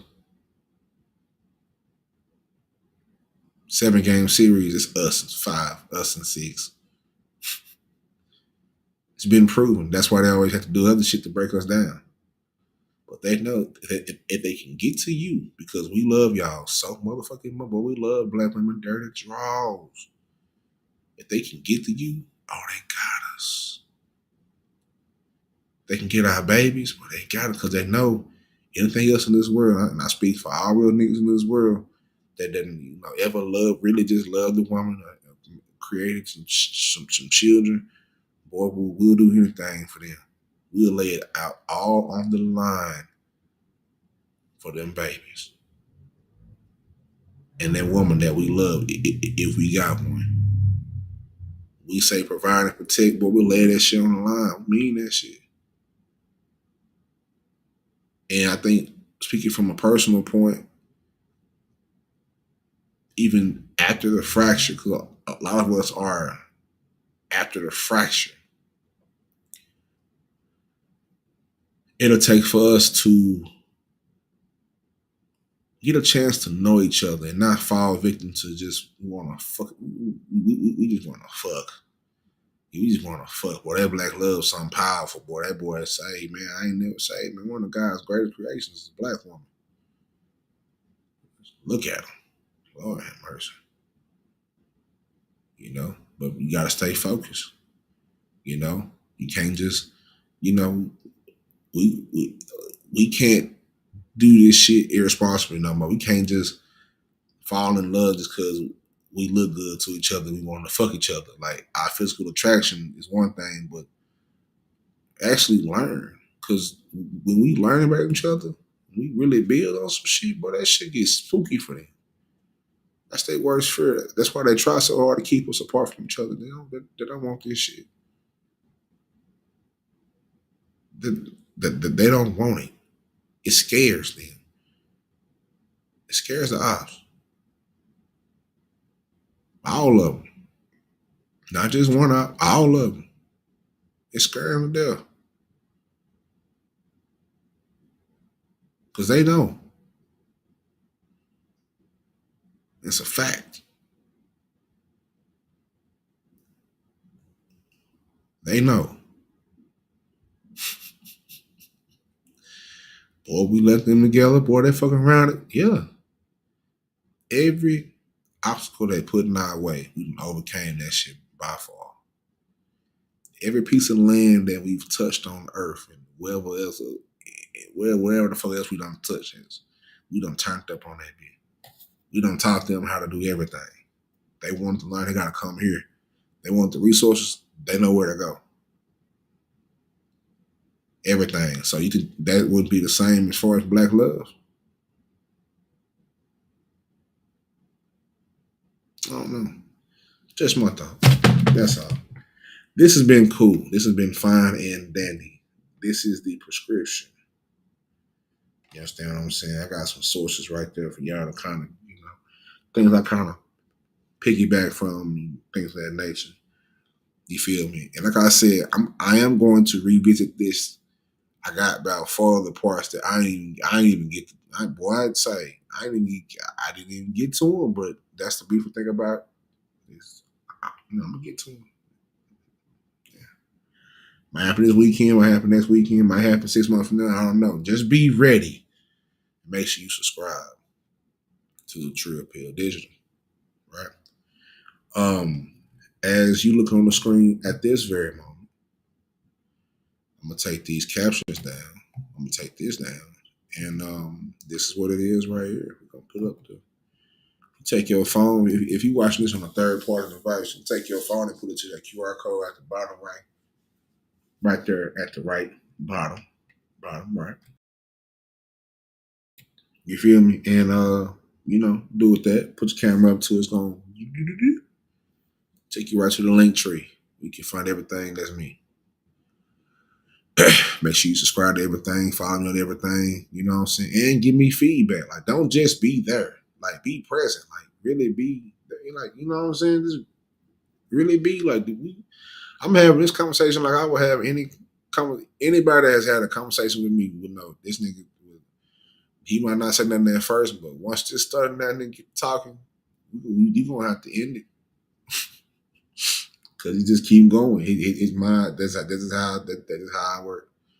You know what I'm saying? But I love doing this shit. I love dialogue between my people. I love dialogue between my brothers. I love dialogue between our women in our community. You know what I'm saying? That shit, we love y'all. If you ain't heard nobody from all that shit, we love you. You know what I'm saying? We love you. You know what I'm saying? And we try to get y'all, for the most part, some of us, not all of us, not all of y'all, some of y'all out here wilding, some of them niggas wilding. But for the ones who really care about each other, we just trying to let y'all know what's going on, how we see it. And we can't take once we have an idea about something, an opinion on something, we can't take that as, oh, you talking. No, just listen to what I got. Like, everybody listening to respond. Just chill and have a dialogue. You know what I'm saying? That's all it takes, man. We missed that part. I want to say, who was having that dialogue with who was that? What is that? It's on tip of my brain too. I'm gonna get up out of here because I ain't, what was that? Um, James Baldwin and Nikki Giovanni. Like, just that moment, those moments, those conversations, man. You understand what I'm saying? Like, I don't know if y'all ever watched this. You feel me? But please do. You feel what I'm saying? Because this is something that we've missed, is conversations like this.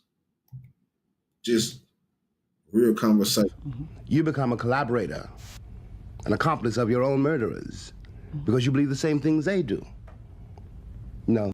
Now, I ain't gonna go all the way through because you really gotta watch this for game. We just talking about just conversations like this, dog, that was so pure, so informational, so natural. They trying their best to erase that shit. We don't have these conversations no motherfucking more. Because everybody worrying about getting their motherfucking dick and they pussy wet. Everybody want to fuck something. Everybody brain dead, but boy, they genitalia is alive. You know what I'm saying? It's a shame now. You try to look at a woman, she gonna turn around and show you her ass before she really show you a smile. That's crazy word. Big turn around. Let me see you smile. That's how some of y'all niggas get caught up too. Some of them boys. Y'all be looking at the ass and okay. Yeah. You heard Pimp C said, we seen him with the boy. Yeah. Yeah. So y'all be careful. You better, no, hell no. Besides, you get caught up because you in that devilish flesh, my brother. Operating the flesh.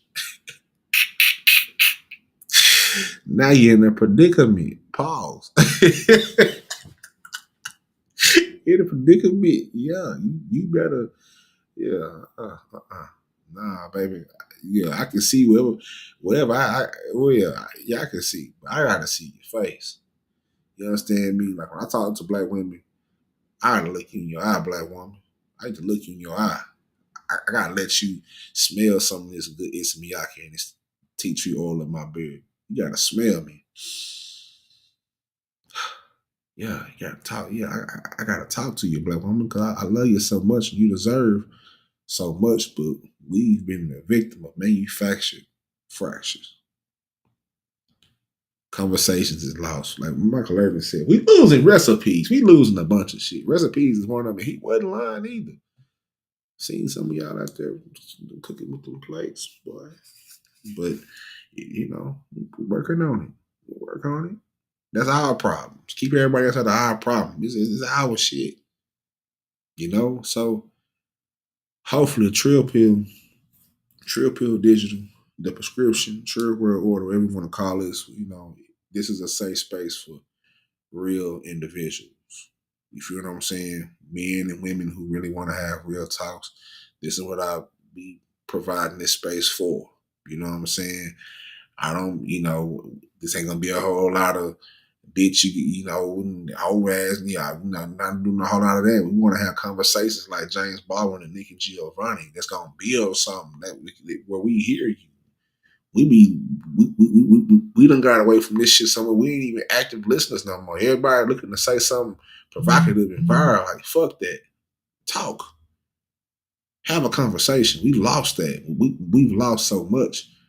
Not because we wanted to, because we didn't realize that we was losing this shit. We kind of just got finessed. 3-card Monty with our life, nigga. 3-card Monty with our trauma. Everything that we got, everything that we created has been kind of finessed. All of our shit we don't even own no more. We don't even own hip hop. How the fuck we don't own hip hop? We was too busy having fun. They were too busy about the business. We don't even own this shit, and we created this shit. Bronx, New York, 1972. Nigga, Sedgwick Avenue. Created this shit out the struggle, out the grind. What happened in New York spread across the world. Came to your city, and your city made it whatever it was. Came to my city, we made whatever it was. Came, went everywhere, and now look at us. We done made everybody rich.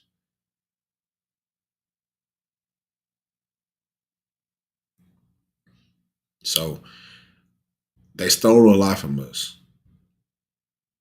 Some of these things we just let them have because we want to be so open. Like we just so, oh yeah, come on over here. No, you don't walk the whole wolf in your house. Walk the whole wolf in your whole life and don't even fucking know it. Under a disguise of they're trying to help. All that, man, say, boy, all that shit. All that shit. Rethinking. So, what I want y'all to do, you know, I want y'all to go look up Ideological Subversion. Go look up the Monahan report. Fuck with me. Hit me up in the DM. Ladies, feel free. Y'all on the DM. But talk to me about something else. Then, you know, how handsome I am and how sexy you are. You know, what I'm going to do in the DM. You know. Now we got to activate for some real shit now. You know? Shit. Talk, you know what I'm saying? Let's have these talks. Let's get on these panels. Shit, we don't put everything else on these panels. If these niggas out here doing all this funky ass shit, weird ass shit on these panels, why can't we come through with this real shit? And just say fuck it. If you got a voice, if you got no opinion, you got any type of flavor to add to the goddamn meal, do it. Fuck what everybody else think. Shit. If you really in it, you know, like I don't see myself in competition with nobody. Cause I'm doing what I'm supposed to be doing. Now, the other part of my Gemini side is thinking these niggas can't fuck with me at all. At all. This is just off the cuff down there. I ain't it's so much shit that I want to get to, but it requires more of an audience to get to it. So I got it though. I got that work. I got that work. I do. I do. That's the big. That's another beautiful thing about being creative is you never run out of ideas. Sometimes you might stall out a little bit, but you can just see something and spark a memory. See something and spark an idea. See something and just spark something. Like, oh, got that. Oh, I got that. Like that's the part of getting back to yourself about this shit that niggas don't do because niggas ain't creating shit but drama. And these niggas is weird. And some of the niggas, their paperwork is funky. And they might be a little sweet. Yeah, these niggas weird. They weird. They paperwork weird, but y'all fuck with them. No. What niggas be saying? That's y'all partner though. Yeah, that's y'all partner. Yeah, that's your man's. That's your man, son. Yeah. So, but we gotta fix that because a lot of us feel like, oh, that's the only thing, whatever. That's it's cool. Walk them niggas out though. You know what I'm saying? Walk them niggas out because if you spending, however many hours of time over there, you got nothing from that. You cannot get them hours back. You come over here with me, you're gonna be able to pull something from what I got to say in every fucking video. I goddamn guarantee you. What MJG said, guaranteed, motherfucking stamp, sign, seal it, mean that shit. Guaranteed, nigga. You're gonna find something. Every one of these pieces of content I put out, you can take that shit and use that shit. Because it comes from the soul. If we was in choir, they'll say it comes from the diaphragm. Man. For real, man. It's trill pill, man. Mind your mental to be mind your mental. Stay trilling here. Most of all, stay making the trill. I love y'all. I'm out of here. I'm gonna make me some hamburgers. Watch these fine owls. You understand me? And y'all have a good time. And we'll be back here. Yeah. Tell them we got plenty more. We got plenty more to go. You feel what I'm saying? We got plenty more to go. Whole lot to show. You feel me? A lot. A lot. It's everlasting. You know what I'm saying? But in the meantime, man, I'm gone, man. We're going to leave out to a snazzy tune. A little snazzy tune, and then we're going to get up out of here, man. I love y'all. Y'all be careful. Y'all be safe. Don't do drugs and wash your ass, brush your teeth. It's true. I'm gone.